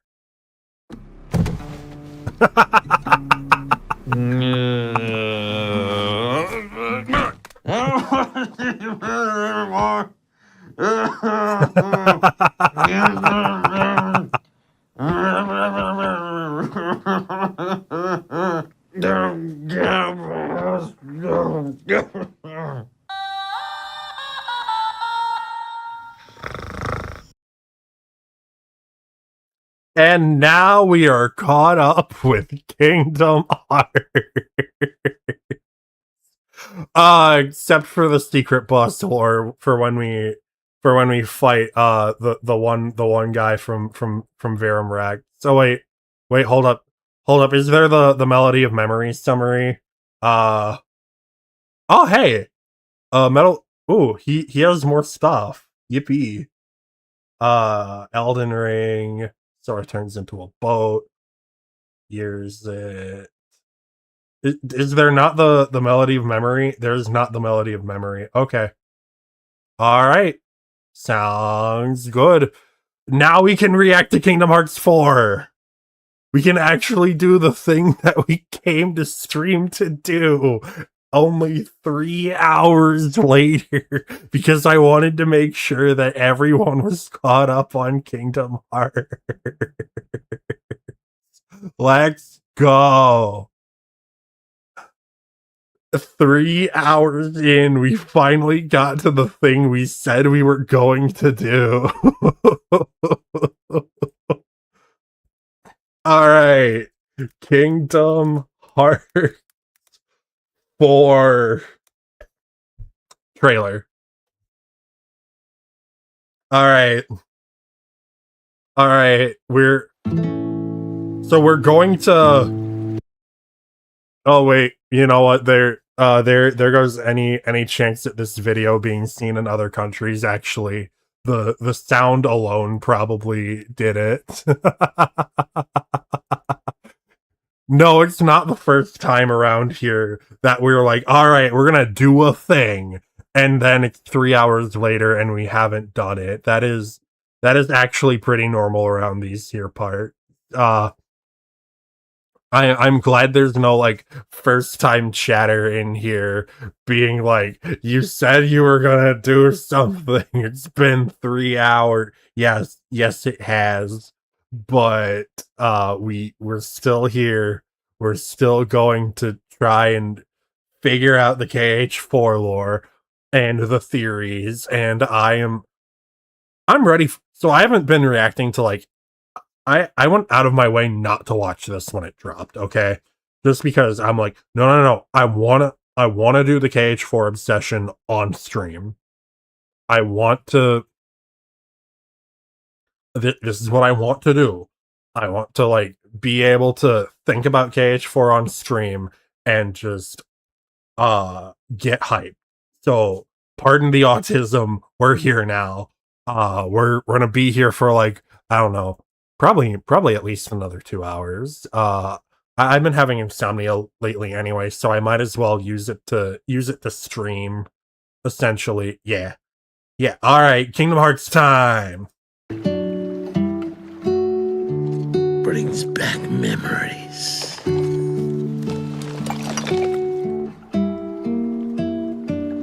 God, this is so good, even if it's in engine. The perfect stream to ease in, have a nice pillow on your back, a cup of hot cocoa, and munching up. Yeah, exactly. You know, we've been easing you into the hype parts of this stream where we get to look at KH4. Gracias.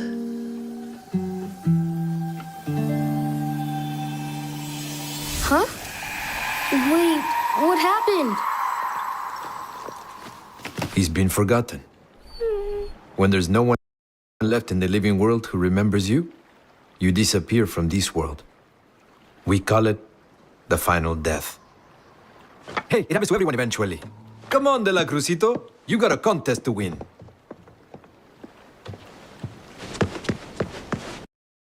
Yeah, we are going to drop in Coco. This world actually is probably going to be super fun from a gameplay perspective. If nothing else, it's like just colorful enough to justify its own existence. Like, I do not care if it's even like a Frozen where Sora's just kind of there in the background preventing bad things from happening.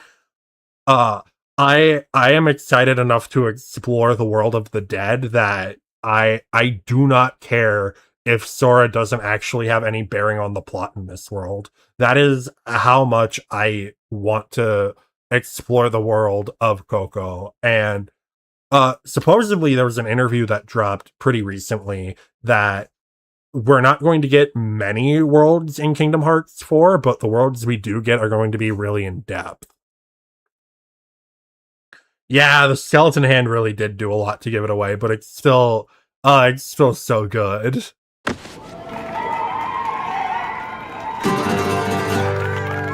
What color is the sky? I'm your You tell me that it's red. I'm your Where should I put my shoes? You said put them on your hand. Oh, look, it's Sora fighting Heartless in the background. We did it. We're preventing the bad things from... Oh, I know. This stream is getting nuked by Disney, but like it's Kingdom Hearts. I don't know what to tell you. It's Kingdom Hearts. This is just what we do. Ay, mi amor, ay, mi amor. Let's go. This? Oh yeah, hold up.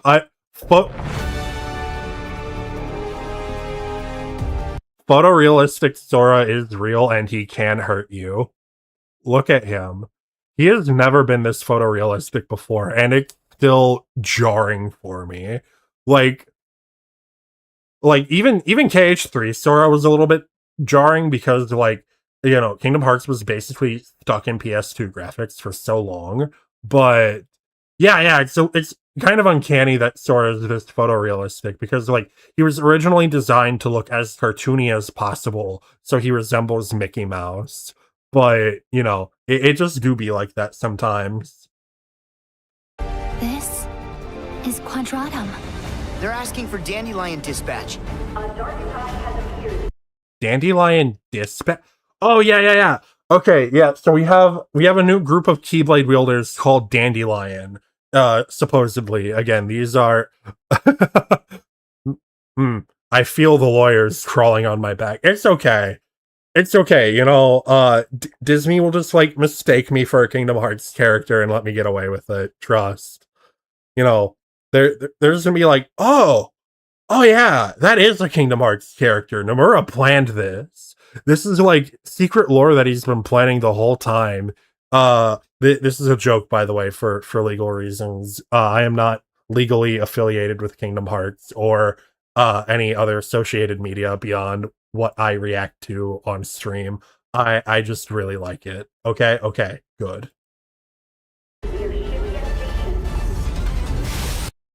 We have starships? Not like a low poly gummy ship.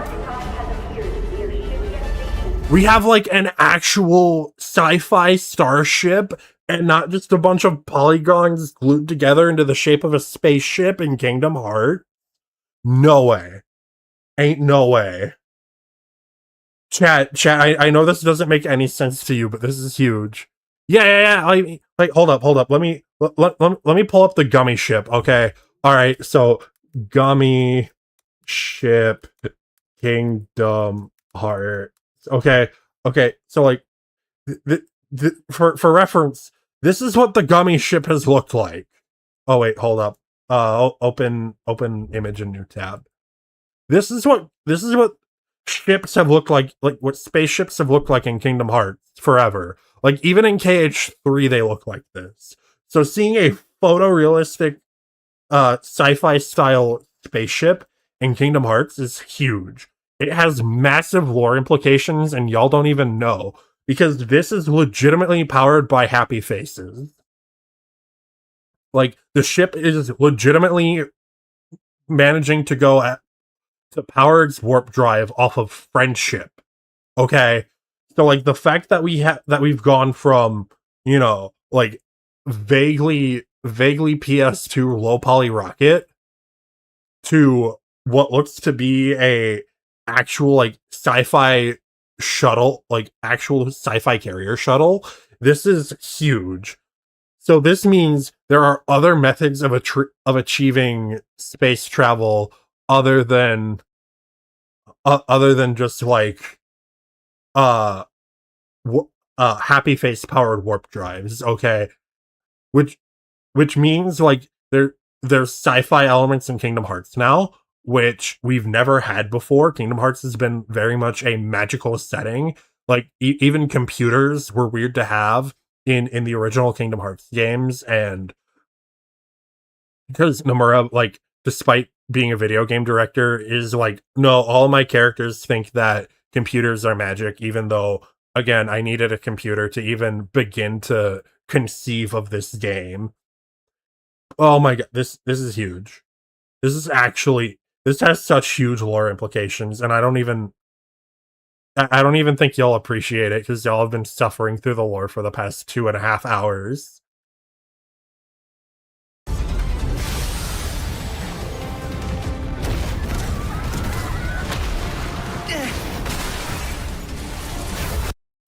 Look at blue curtains. This is huge. This is huge for Kingdom Hearts. Okay, this is like actually mind blowing, and it goes by in like 3 seconds or less. I'm sorry, people shaped Heartless?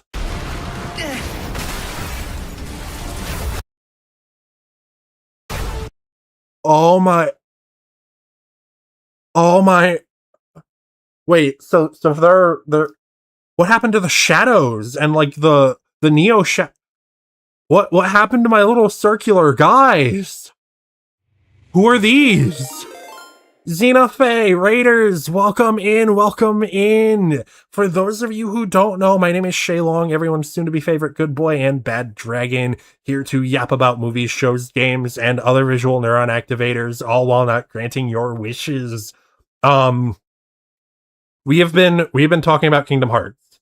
We have been talking about Kingdom Hearts really, really hard, a lot actually, and we've been going over the lore of Kingdom Hearts 1 through 2, and I'm sorry, Kingdom Hearts 1 through 3 actually, and now I'm reacting to the KH4 reveal, which is what I said I'd be doing at the start of stream, which I lied in order to get chat caught up on Kingdom Hearts.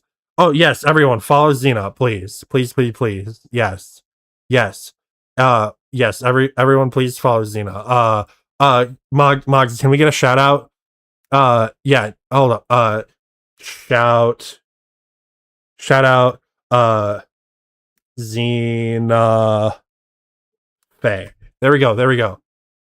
All right, shout out for Xena Faye. Yes, everyone please follow her. She's great. But yeah, I've been big excited about Kingdom Hearts. The hype. Yes, the hyperfixation is back. I've been explaining the lore. Niffy has been taking a whole lot of psychic damage. But Xena, we have like actual starships now, and like the people shaped Heartless, and this is like blowing my mind actually. I am practically going through this thing frame by frame at points because like I want to see the cool stuff.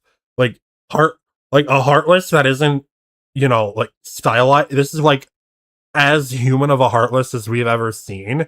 Even like Heartless Terra, who is Xemnas's or I'm sorry, who is Ansem's stand, is not this powerful. This is actually huge. This is actually wild. Yeah, I know, right? I know. This is I do not know how to process Heartless, this photorealistic and humanoid, actually. It is a little bit unnerving. And it has so many implications. Molly! Behind you! No!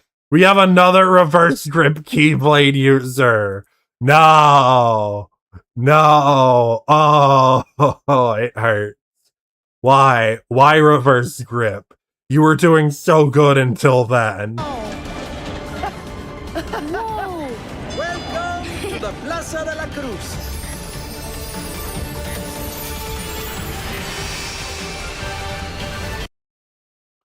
Ayo, that Keyblade is sick. Again, this is entirely impractical and it has way too many points of failure. Even like the things that would theoretically make it better in the bind are also bad. But like, just it's so on theme. It's so on theme. I can't hate it. And it's not being used in reverse grip, so that helps too. Like, and like the orange flower color scheme, we haven't had anything like that in a Keyblade. Like this Keyblade doesn't look like any other. This is purely a Coco Keyblade, and it is beautiful. Yes, also Xena, please take care of yourself, and hopefully stream is good. Tell me a little bit about how Art and Persona 5 has been going, because I wanna know, I wanna understand, okay? Yeah. like, sorry, the hyperfixation is strong. I did not mean to be a bad host. You just said, oh, you also like Kingdom Hearts, and so I'm like, yes, finally, someone who knows ball. I'm ready for this. I am.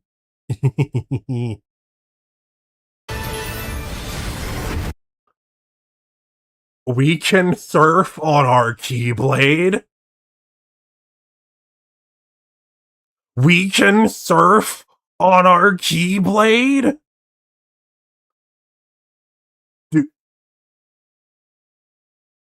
Please tell me this is not a contextual ability. Please tell me I can just, like, elect to do this and fight this way somehow. Oh my goodness, oh my goodness.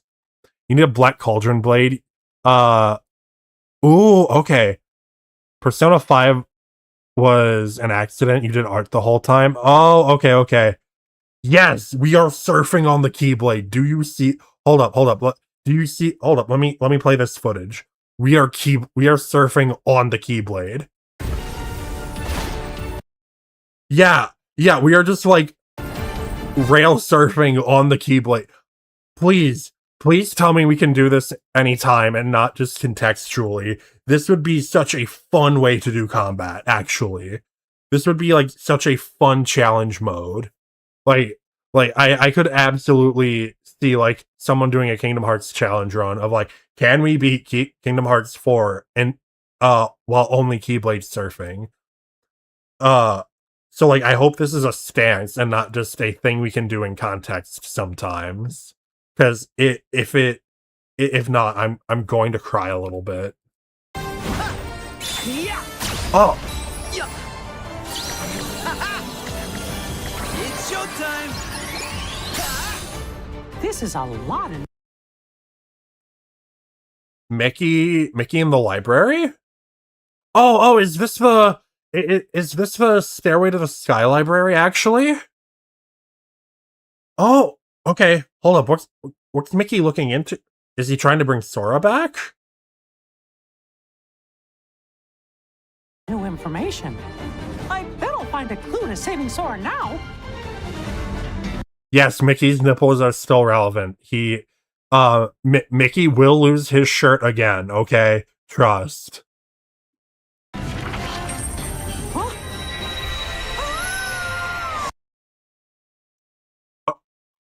Are we getting an Epic Mickey tie-in? Is this book connected to Wasteland?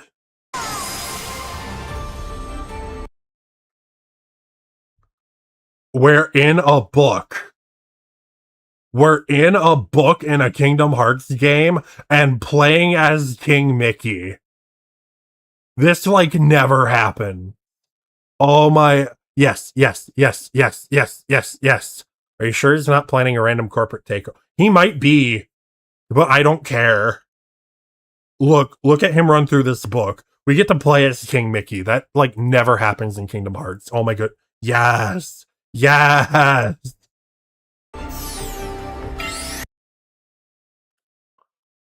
Oh my goodness. You're, like, actually at a mouse-like scale while you're playing as Mickey. Oh, that's so... Yeah, it's like the thumbtack is scaled as if Mickey is an actual real-world mouse. Yes, the scaling and theming of this book world are so on point.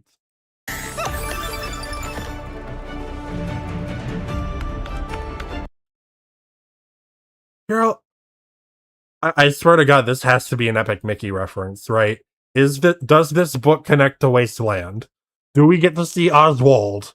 Does Oswald become a Keyblade wielder and try to... Yes, I want Oswald. The Oswald leaks that we got are apparently fake, but, like, I high-key really want Oswald to be in this game, please.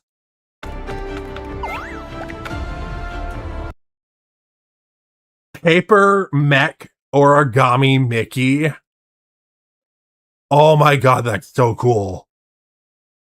And again, we get to play with Mickey as the origami mech. Oh, yes. This is such diverse gameplay compared to anything else that we've ever gotten in Kingdom Hearts. This is actually, like, such diverse and new gameplay. It's not even funny. Oh my. When folks disappear above, is this where they always end up? But Sora isn't here. What? Okay. Do we get to play as Goofus and Dallant? Please. Goofus and Dallant. We get to play as other characters?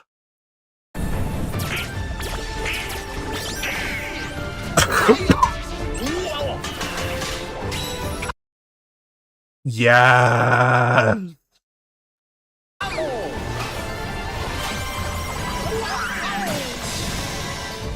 We get to be the duck.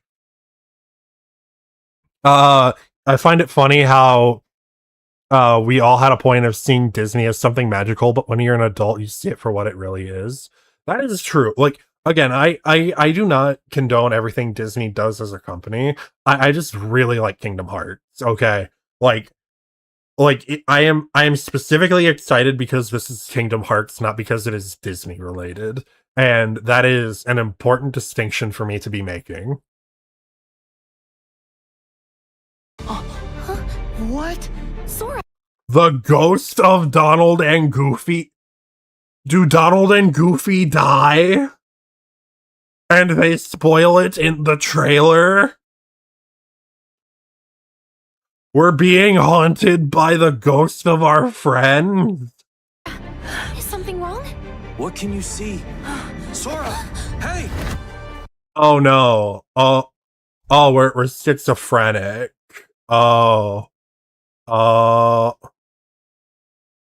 Yes. I love the art, not the corporation supporting it. Because like the hands behind it are the individual artists, right?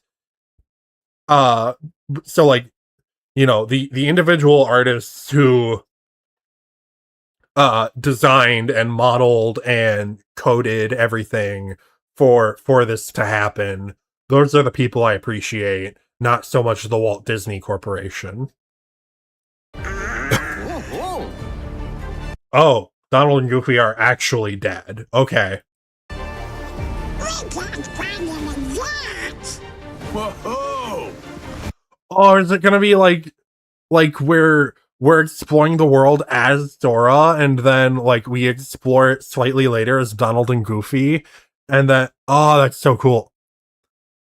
Oh, they went to the underworld. So okay, that actually makes a lot of sense. Xena, I think you're cooking. With this one. Here's a surprise. You're looking pretty good for an old coot. Zigbar and the Master of Masters.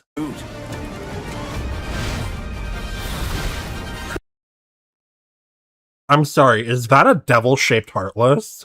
For an old coot.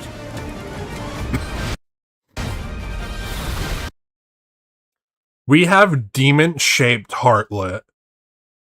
So, are people like going to become heartless because of like the darkness in their heart? Are we gonna be like getting Kamen Rider? I mean, that's how a Heartless is made, but like are we gonna be getting Kamen Rider part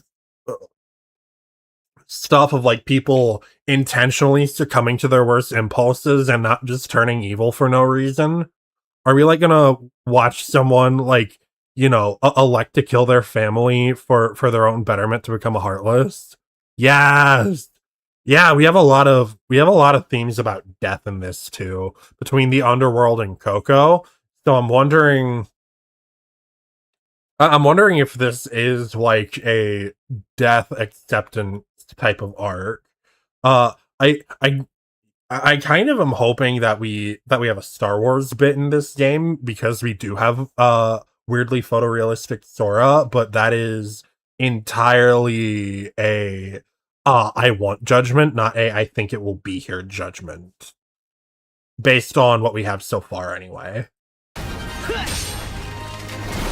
Delicia! Sigurd!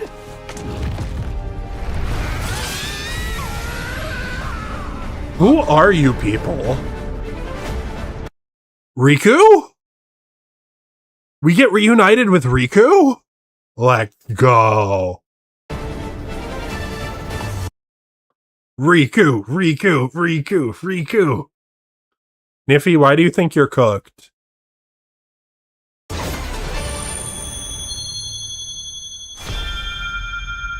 Oh. Sora, wake up and see. Please. Please. Oh my god. Wow, I took a half hour to look at 3 minutes of footage. This is just average Shay behavior, actually. This is just an average day for me. Oh, I think my model is starting to lag behind me a little bit. Oh yeah, I've been streaming a long time. I need to figure out like a better cooling system for my unit over the next week, because we are a little bit stuck actually.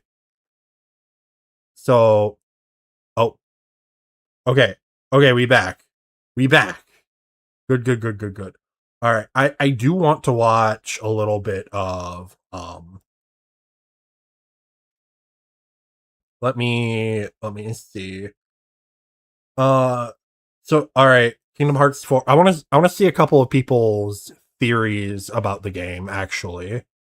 That is something I want to do. I want to look at a couple of theories and then probably end stream a little bit later. Kingdom Hearts THEO theory. All right, we have story predict. All right, what do we want to see? Do we want to see like story predictions, or do we want to see more of like a do we want to see more of a Oh yeah, my model is lagging pretty hard right this second actually. Yeah, my model do be oh What's good, everyone? Is it safe to assume that the reason you're here, if you're here at all, is because of the thumb? Let's see. We have Worlds Within Worlds. We have No, we've known since KH1. Huh. Let's see. Gamers Joint doing a long analysis. Huh. You know what? I want to look at somebody's world prediction. Yeah. I want to see somebody's world predictions for KH4 and see if I agree with them. World prediction.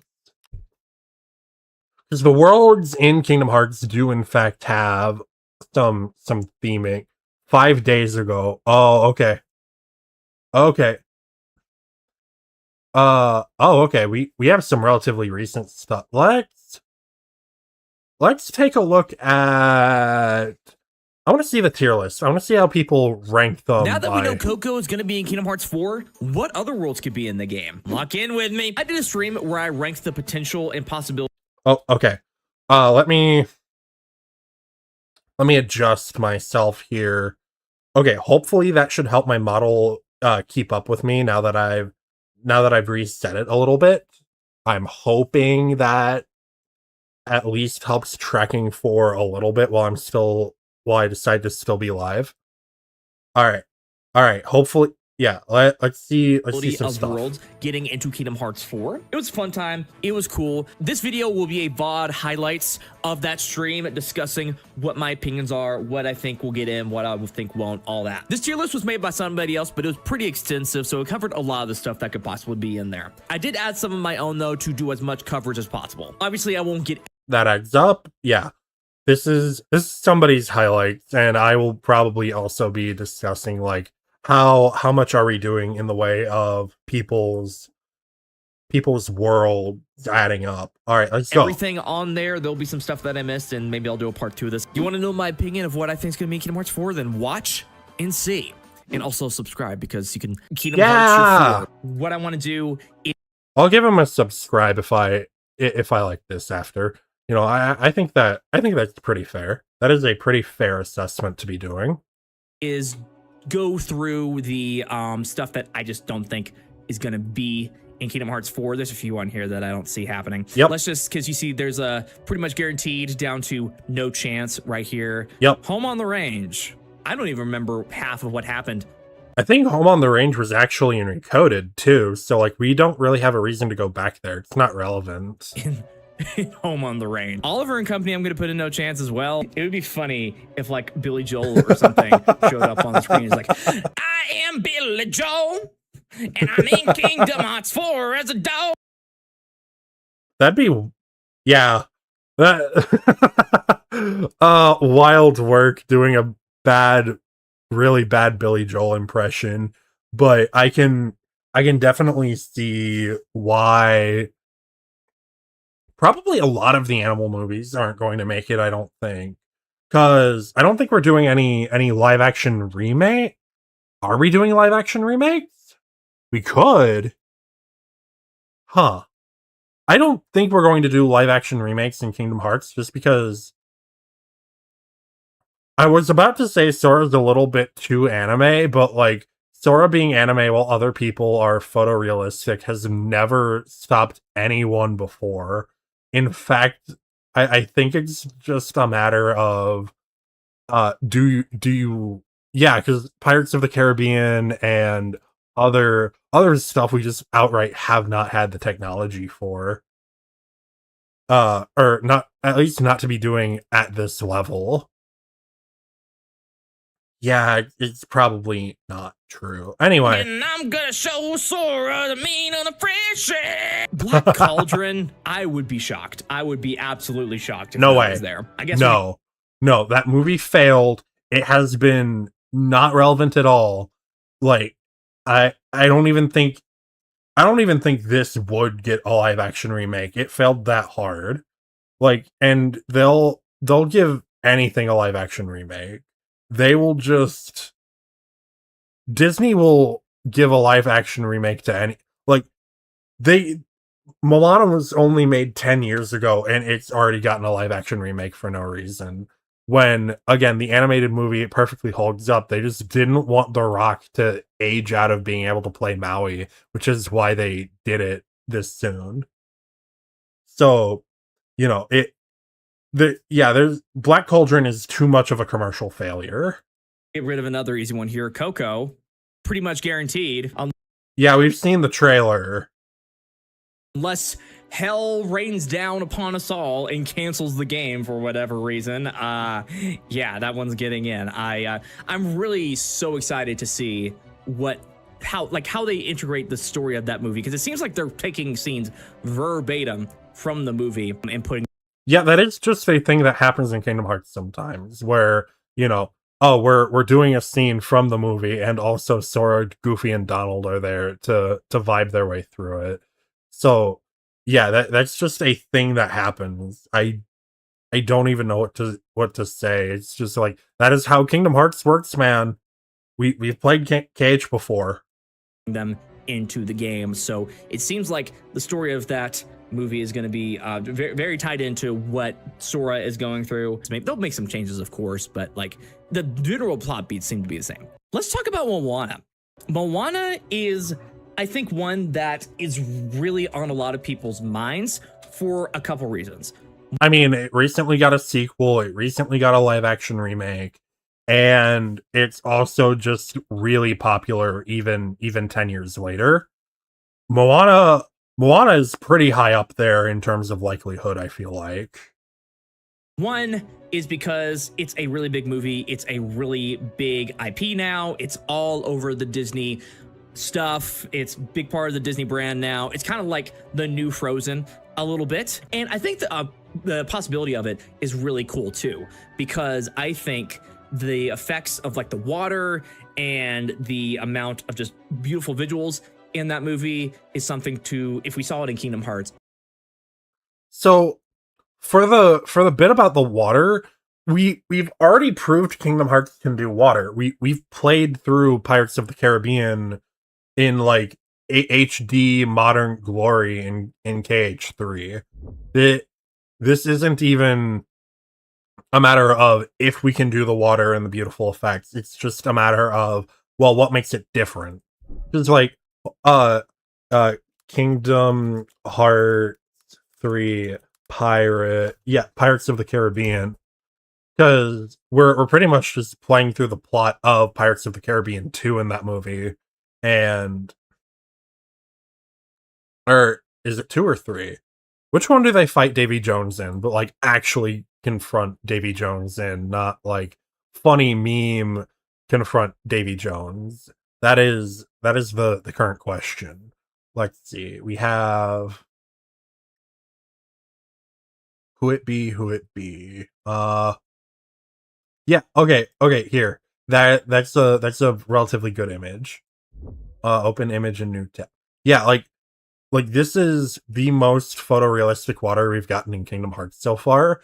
So like we can do actual water physics now instead of just cheating our way under the water or making conveniently avoidable bodies of flat blue texture.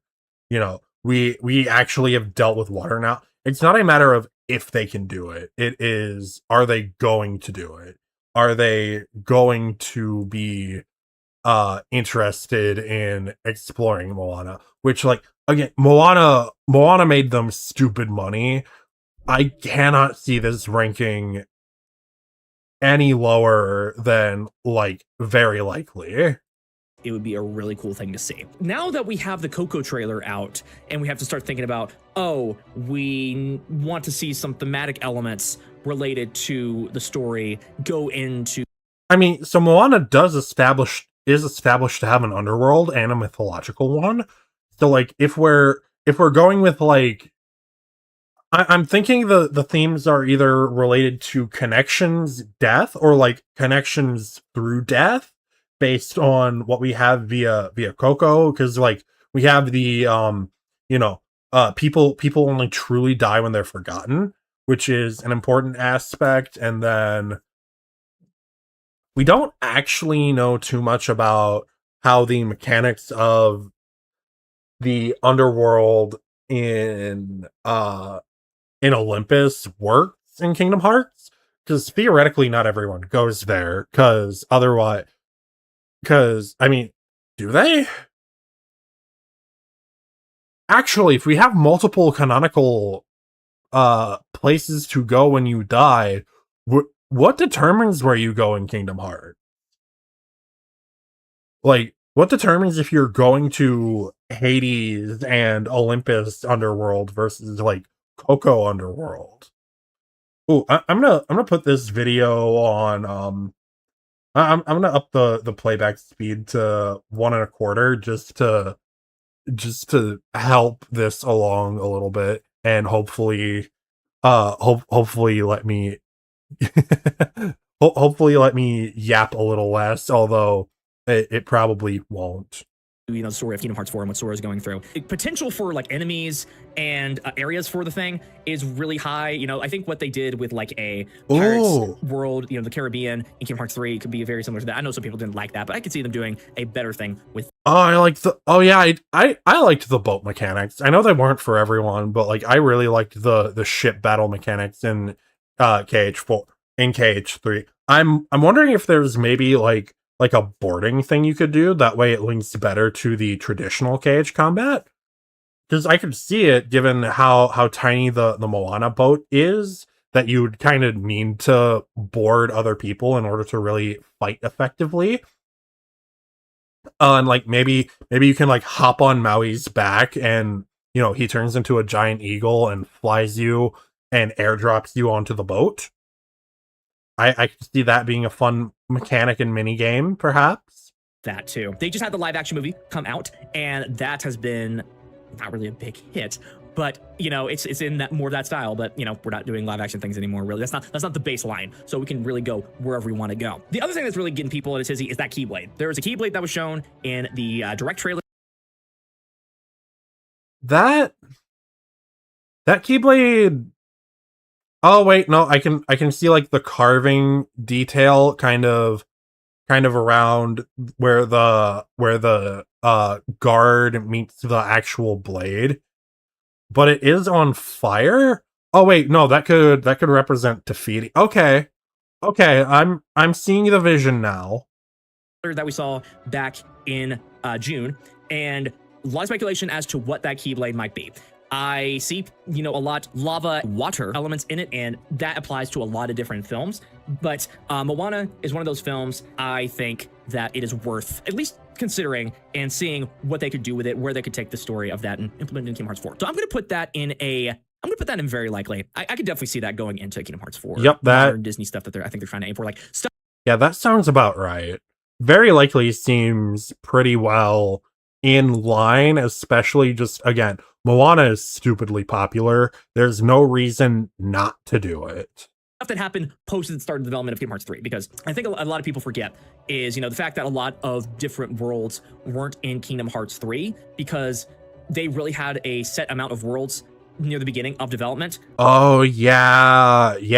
There's also what will Disney let them touch, because I think Kingdom Hearts worlds, they have to be of a certain age in terms of the movie in order for Disney to really let them do anything with it. If I remember correct, Disney has some real obviously Frozen has some real strict terms relating to how Square can do things in the Disney worlds with Kingdom Hearts. So that might be part of it, that theoretical movie age clause. Came out around 2013, so that was earlier in the game's development, so they had time to implement that and stuff. But stuff that came after, not really. Moana came out in 2016. That was pretty deep in the game's development. They couldn't really change that around. So now there's some stuff that is on the table. This is the one where it's going to be like, fool me once, shame on you. Fool me twice, shame on me. But Star Wars, pretty much guaranteed. Please, I want Star Wars. I want Star Wars in this so bad. I need to try again to see if I can get Jedi Survivor to work on stream, because I really liked playing through Fallen Order. Y'all really liked me playing through Fallen Order. It has been a fun Souls-like game for me to play through. And I enjoy the lore of Star Wars too. It is one of those things I know in a similarly good amount to Kingdom Hearts, which I'm hoping leads to some good stuff in terms of gameplay. Also, Light and Darkness translate really cleanly between the two. So my only hope is that we're in either original or prequel trilogy. I really don't want to be in like the Palpatine's back from the dead, because like that's gonna make me paranoid. Okay, that's gonna make me paranoid that no, Xehanort actually didn't walk away into the heavens. It's he just he's possessing Zigbar, and so therefore it's Zigbaranort, Breganort, Bregbar. I don't know. What was that thing in the Kingdom Hearts 4 trailer? What was that little thing in the background? That was so similarly shaped to a ATST Walker foot. What else could that be? What else would you be teasing? If I remember correctly, that may have not been a part that they wanted to show in that trailer, because I remember something like a quote from Nomura. Please let it be original trilogy or prequel. That's all I asked.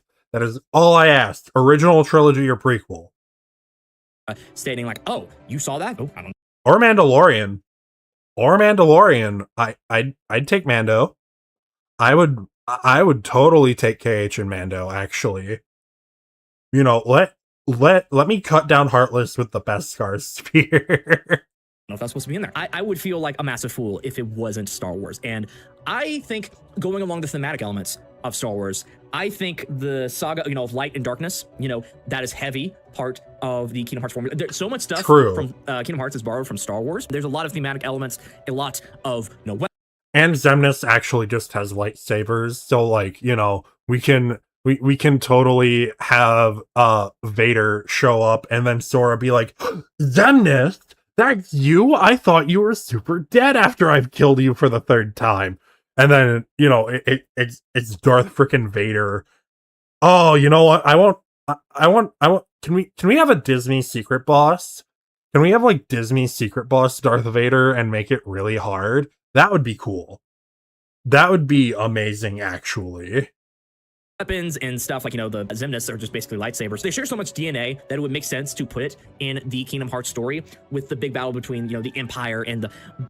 You know what? I'll even take Heartless Vader, actually. Like I'll take a Heartless popping out of Darth Vader. That makes a lot of thematic sense in Star Wars, and I don't know. You know what? Hold up. What I want, right? What I want.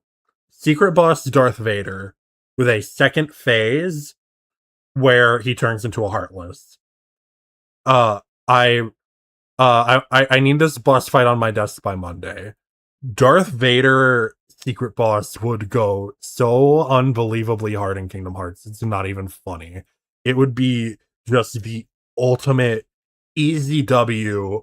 This would be a gaming legend of a fight, and all you have to do is like steal some moves from other KH bosses. Actually, there's pretty much nothing that Darth Vader would do that another KH boss hasn't yet.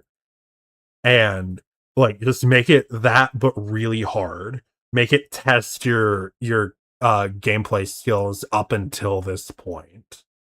Forces of light and darkness, the Force and hearts, and you know, being a Jedi or being a Keyblade Wielder. You know, there's a lot of parallels. I don't know how they would implement it into the story, I guess, per se, like how... Why did you come back from a shower to see Kylo Ren in the thumbnail? Because we talking about Star Wars and Kingdom Hearts, okay? Because remember, Disney owns Star Wars, so like it could show up in Kingdom Hearts, and I really want it to. I want Darth Vader's secret boss, basically. Sora would get there. We don't know how Sora gets to Coco even in the first place, but I'm really curious to see what that entails. Like we saw in the trailer, he kind of like passes out in faints when he sees certain things, and what would he pass out from seeing here?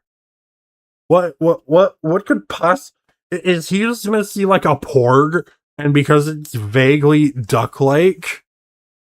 No, I want Star Wars. I want Star Wars in this game. I don't want Marvel. I want Star Wars, okay?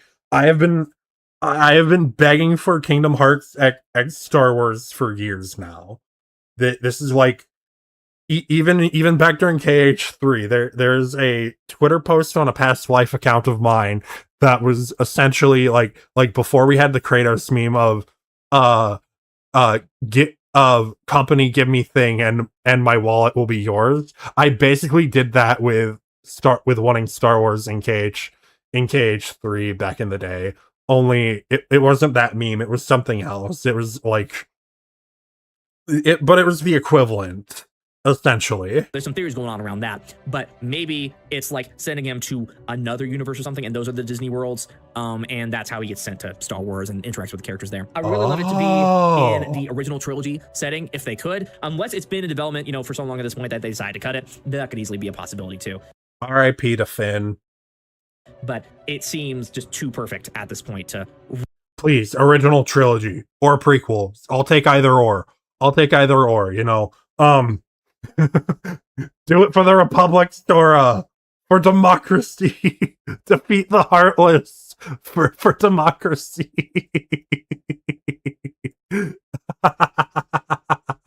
Really go ahead. So I think that's still guaranteed. At the very least, they tried to. Next world. Let's talk about the other one that people have been really talking about. Atlantis. So Atlantis is, I think, one of those like pipe dream things. There's no way we're getting it. No, this movie was also a financial failure, as cool as it would be. And also given that we're dealing with like a more photorealistic Sora, I don't think he'd be able to. I feel like he'd have to basically revert to his KH3 model to go there, which I don't think Square is going to want to do given the story they're trying to tell. You know, it's one of the cult classic movies that is in Disney's catalog. I've not seen it myself personally, and I think I need to fix that pronto based on people, how they've been talking about it. It also goes back to that Keyblade a little bit that we saw in the trailer. I think there was a... I'm not sold on this being an Atlantis Keyblade. Both is good. Both is good. But like I am more sold on this being a Moana Keyblade than an Atlantis Keyblade, because Atlantis has a very specific flavor of Magitech technology. Hold up, let me look up Disney Atlantis. Atlantis the Lost Empire. Let me kind of show you their Magitech aesthetic, and then compare it to the Keyblade. Let me see.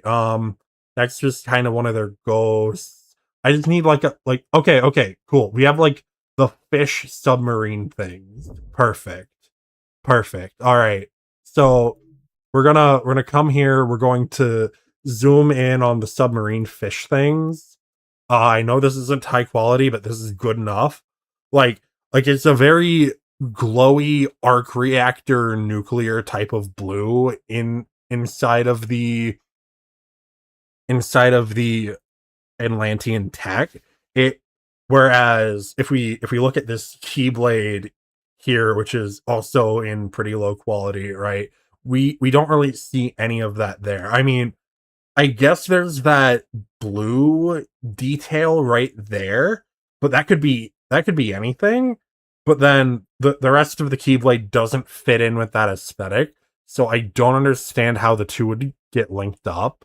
Like, anything is possible. This is Kingdom Hearts after all, but it does not seem likely given the information that we have.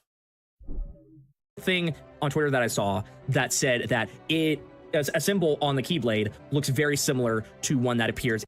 How are you interpreting the symbol on the Keyblade? We like that thing's in 280p. There's no way you interpreted a symbol on a Keyblade in 280p unless you just have like that FBI government zoom and enhance that they have in the movies. In which case, one, why aren't you sharing? And two, even then, at that low of a scale, unless you ripped the in-game model somehow, I still highly doubt it. In Atlantis, the movie. And so people were essentially like, oh, that's confirming that Atlantis is the one. I'm not familiar with it. You know, it's very low res. We can't really get a good look at it. You know, putting that one in a 3D environment, like full 3D environment, I think that would look great. It would just set the fandom at least ablaze. It would be like a perfect... Yeah, this would absolutely be a great weird pick for a KH game, but it's also from 20 years ago.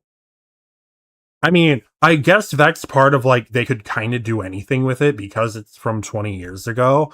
But like, this isn't an icon like Star Wars. This is one of like the freaks and the geeks picks, of which I am both. And I do not buy its placement in KH4, especially since KH4 is really trying hard to onboard new fans. Now that the Xehanort saga is over, like they're trying to onboard new fans for the new arc, and so I don't think they're going to go for this as much as I want them to. The stars do not align with what KH4 is trying to accomplish. Combination of what fans want and the visuals and all that stuff. Is that Keyblade having a symbol on it that is relating to Atlantis? I wouldn't say it's like a full confirmation because again, it's very low res screenshots, but I can definitely see a scenario where it could happen. And I'm going to put in somewhat likely. I guess while we're on that note, let's talk about Treasure Planet. Guys, if this thing gets in, my eyes will melt. They will. For similar reasons to Atlantis, I don't believe it'll get in. Again, the movie is from 20 years ago at this point, right? So like this movie is older than some people who hang out here in chat, and it also did not perform very well at the box office, although there's a lot of theorization that was Treasure Planet is older than some of the people in chat. I don't know what to tell you. There are some people who hang out in chat that Treasure Planet is older than they are. You are one of them. I do have a couple of confirmed lurkers who I know IRL that are in your same age bracket. I'm not going to say anything about them, but I do have a couple of lurkers here who this movie is also older than. Yeah. So, in case they're hanging out, hi, I've acknowledged you without acknowledging you, but yeah, sorry to the lurker. Melt onto the floor, they will cease to exist. The last images that I will see will be of the world, Treasure Planet, and Kingdom Hearts 4, and it would be glorious. And we could replicate the surfing and because we have the Keyblade surfing, because we saw it in the Coco trip. Please. Okay, I would rather Treasure Planet than Atlantis. I think Treasure Planet is just a better movie, and it has a lot to do with, like, the duality of man. What does it mean to know and understand somebody? Which could have a lot of thematic relevance to Kingdom Hearts as a whole. I don't know if it would be on theme for this game, but it does have a little bit to do with, like, legacy and mortality as well, because it is based on Treasure Island. So there's not nothing here. There's definitely something to do with Treasure Planet if you're creative enough. I just don't know if, again, they'd go for it, given this was a box office flop that Disney kind of intentionally put out back to old Yeller. glorious. Oh my god, dude. The potential of that world in Kingdom Hearts. Infinite. You can do anything. Pirate ships in space. This is amazing. We love pirate ships in space. Off the charts. Man, it is I think that is probably number one on the list of Kingdom Hearts fans, like, most wanted worlds. It's like number one or number two. There's a very good reason for it, because it just looks great. I remember seeing it a few times when I was younger, and I do think the characters that are in that movie. This is a movie that only gets better as you age. Like, you start understanding the plot from more and more different perspectives as you get older and really get into it. So I would honestly say that Treasure Planet, for the audience that has grown up with Kingdom Hearts, I would say that there's definitely a little bit more potential there than with, like, the new people that they're trying to onboard with this game. But, like, if we get this, we're not getting Atlantis. We're gonna get, like, one or the other. And between the two, I would definitely prefer Treasure Planet. I just think it is the stronger movie, and therefore has more to work with in terms of having Sora bounce off its plot. The world that it builds, the environments that it inhabits, the things that happen in that movie, I think could fit, like, it's like a puzzle piece that fits into Kingdom Hearts. They were going to try to do Treasure Planet and Dream Drop Distance. There's things in the box. Oh, yeah. Yeah, there is also stuff in the DDD files that I forgot about. Yeah. I want.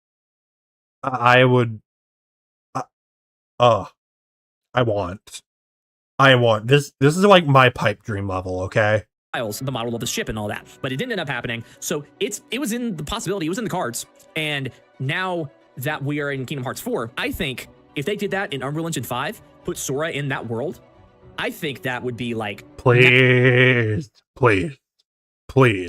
It would be the closest thing we would ever get to a remaster of this movie, and like an actual proper remaster, and not like just, oh, we upscaled the resolution. Haha, have fun. Match made in heaven, no notes. You did a good job. You did everything right. Thank you so much. Since it's been such a requested world, and I think they do want to have some fan input in mind, I will still put it in somewhat likely. I know they want to pick newer films, but hey, let me have my dream, okay? Let me have my dream, okay? That would be so cool. Ice Age is Fox. Oh yeah, Ice Age. That's Fox. I think they're doing Ice Age 6 soon, so that might be a really cool thing. Hold on. So Ice Age. Please, no. No. I don't want another world where Sora is an animal. I've already suffered through Lion King and Atlantica. Please, please do not make me suffer through it again. No. No. I've already suffered enough. I don't need the return of Lion Sora. I don't know when they fully started development of Kingdom Hearts 4. I think it was around like 2020, right after they released Remind. Ice Age, it's on that list of Fox IP that they have access to now with the purchase of Fox and Blue Sky Studios. And that's the big one that they did. That's the big one that they're always doing. And they are going to be releasing a new movie next year. I don't like it. Please. Kingdom Hearts, I beg you, do not make me suffer through Lion Sora again. Year, if I'm not mistaken. I will say it's a small chance. I'm not going to say it's a guarantee or somewhat. Like, I say it's a small chance. Small chance. Soul. There's a lot of people talking about this one because would that make you a Heartless? If you go in the world of Soul, would you technically just be like a disembodied heart or a Heartless? Because like you'd clearly be in the afterlife. You wouldn't be like vibing around New York City, I don't think. Because that would aesthetically match up too cleanly with Quadratum, which I guess that would let them reuse assets, but it wouldn't really. Hearted, thank you so much for coming in. Thank you for Larker's Packs. I hope you're having a fun time here. We are big yapping about Kingdom Hearts. Hopefully you're having a fun time. I'm going to do some more yapping and hopefully raid out eventually. You know, I've been at this for a good amount of time actually. All right, we're gonna go through a little bit more. I'm gonna try, and it's been 9 minutes into this video and it's taken me a half hour. I think I'll do a little bit of skipping around just for the sake of my sanity and letting chat go to bed eventually too. Of the thematic elements of this movie also really relating to the themes of death and afterlife, and I think that would be a really cool thing for them to draw upon based on what we know so far. And you know, it would be kind of crazy that they would do two more Pixar movies on top of maybe something else they're doing. Maybe they won't do Toy Story or Monsters Inc. this time around. I don't know. Plus, it's just a great movie too. It takes place in like a modern setting as well. It takes place in a time. Again, I don't think we need the modern setting aspect of it. We already have Quadratum, which again would allow some pretty good asset reuse, but we don't like. If anything, we would be mostly in like the abstract Soul world, which could be a lot like the end of the world from KH1. We could pull a lot from that. I'd personally put this in pretty likely. Again, it's more so like overlapping aesthetics that has me worried about this than anything to do with gameplay or story. Where it could really fit in with what's going on and the story of Kingdom Hearts, or in the timing at least. And you know, we're in Tokyo and stuff. The art style of that movie is really great too. So I think putting Sora in that world would be really cool to see. You like jazz? I could put that in the very likely category. Let's talk about Encanto. Man, I'm showing my pleb energy. Welcome to the Family Madrigal. All right, we're gonna talk about the Family Madrigal, and then I think we're gonna raid out. Okay, just to let everyone do the things, do the good things. I hope. Yeah. All right. This video, man, because this is another one that I kind of skipped out on. Anything like past, I guess, 2017 for Disney, I've been kind of missing out on, to be honest. Note that this was another big one. This was one that everyone was talking about. We don't talk about Bruno. No. We don't talk about Bruno. Actually, you know what? Hot take. I don't think Encanto is going to make it. Not because of a lack of desire or a lack of popularity related to it. I just don't think it thematically lines up. I mean, like there's not really a whole lot of death or memory involved. I mean, there is a little bit of memory with like the Bruno makes bad things happen and like how your perception. Yeah, like it is one of those things of like, if it is in this game, it would be because Disney mandated it to be here, not so much because it thematically fits, versus a situation where Nomura was like, yeah, I really want Kanto for this one. Hopefully with some more of the development team that they've been hiring at Square lately, we can maybe get this in KH5, but KH5 is probably the earliest we'd get something like this. Me too. It comes in around the time of the start of Kingdom Hearts list, like in Frozen for Let It Go. There is some potential with that world, from what I know about it, to make it an interesting pick.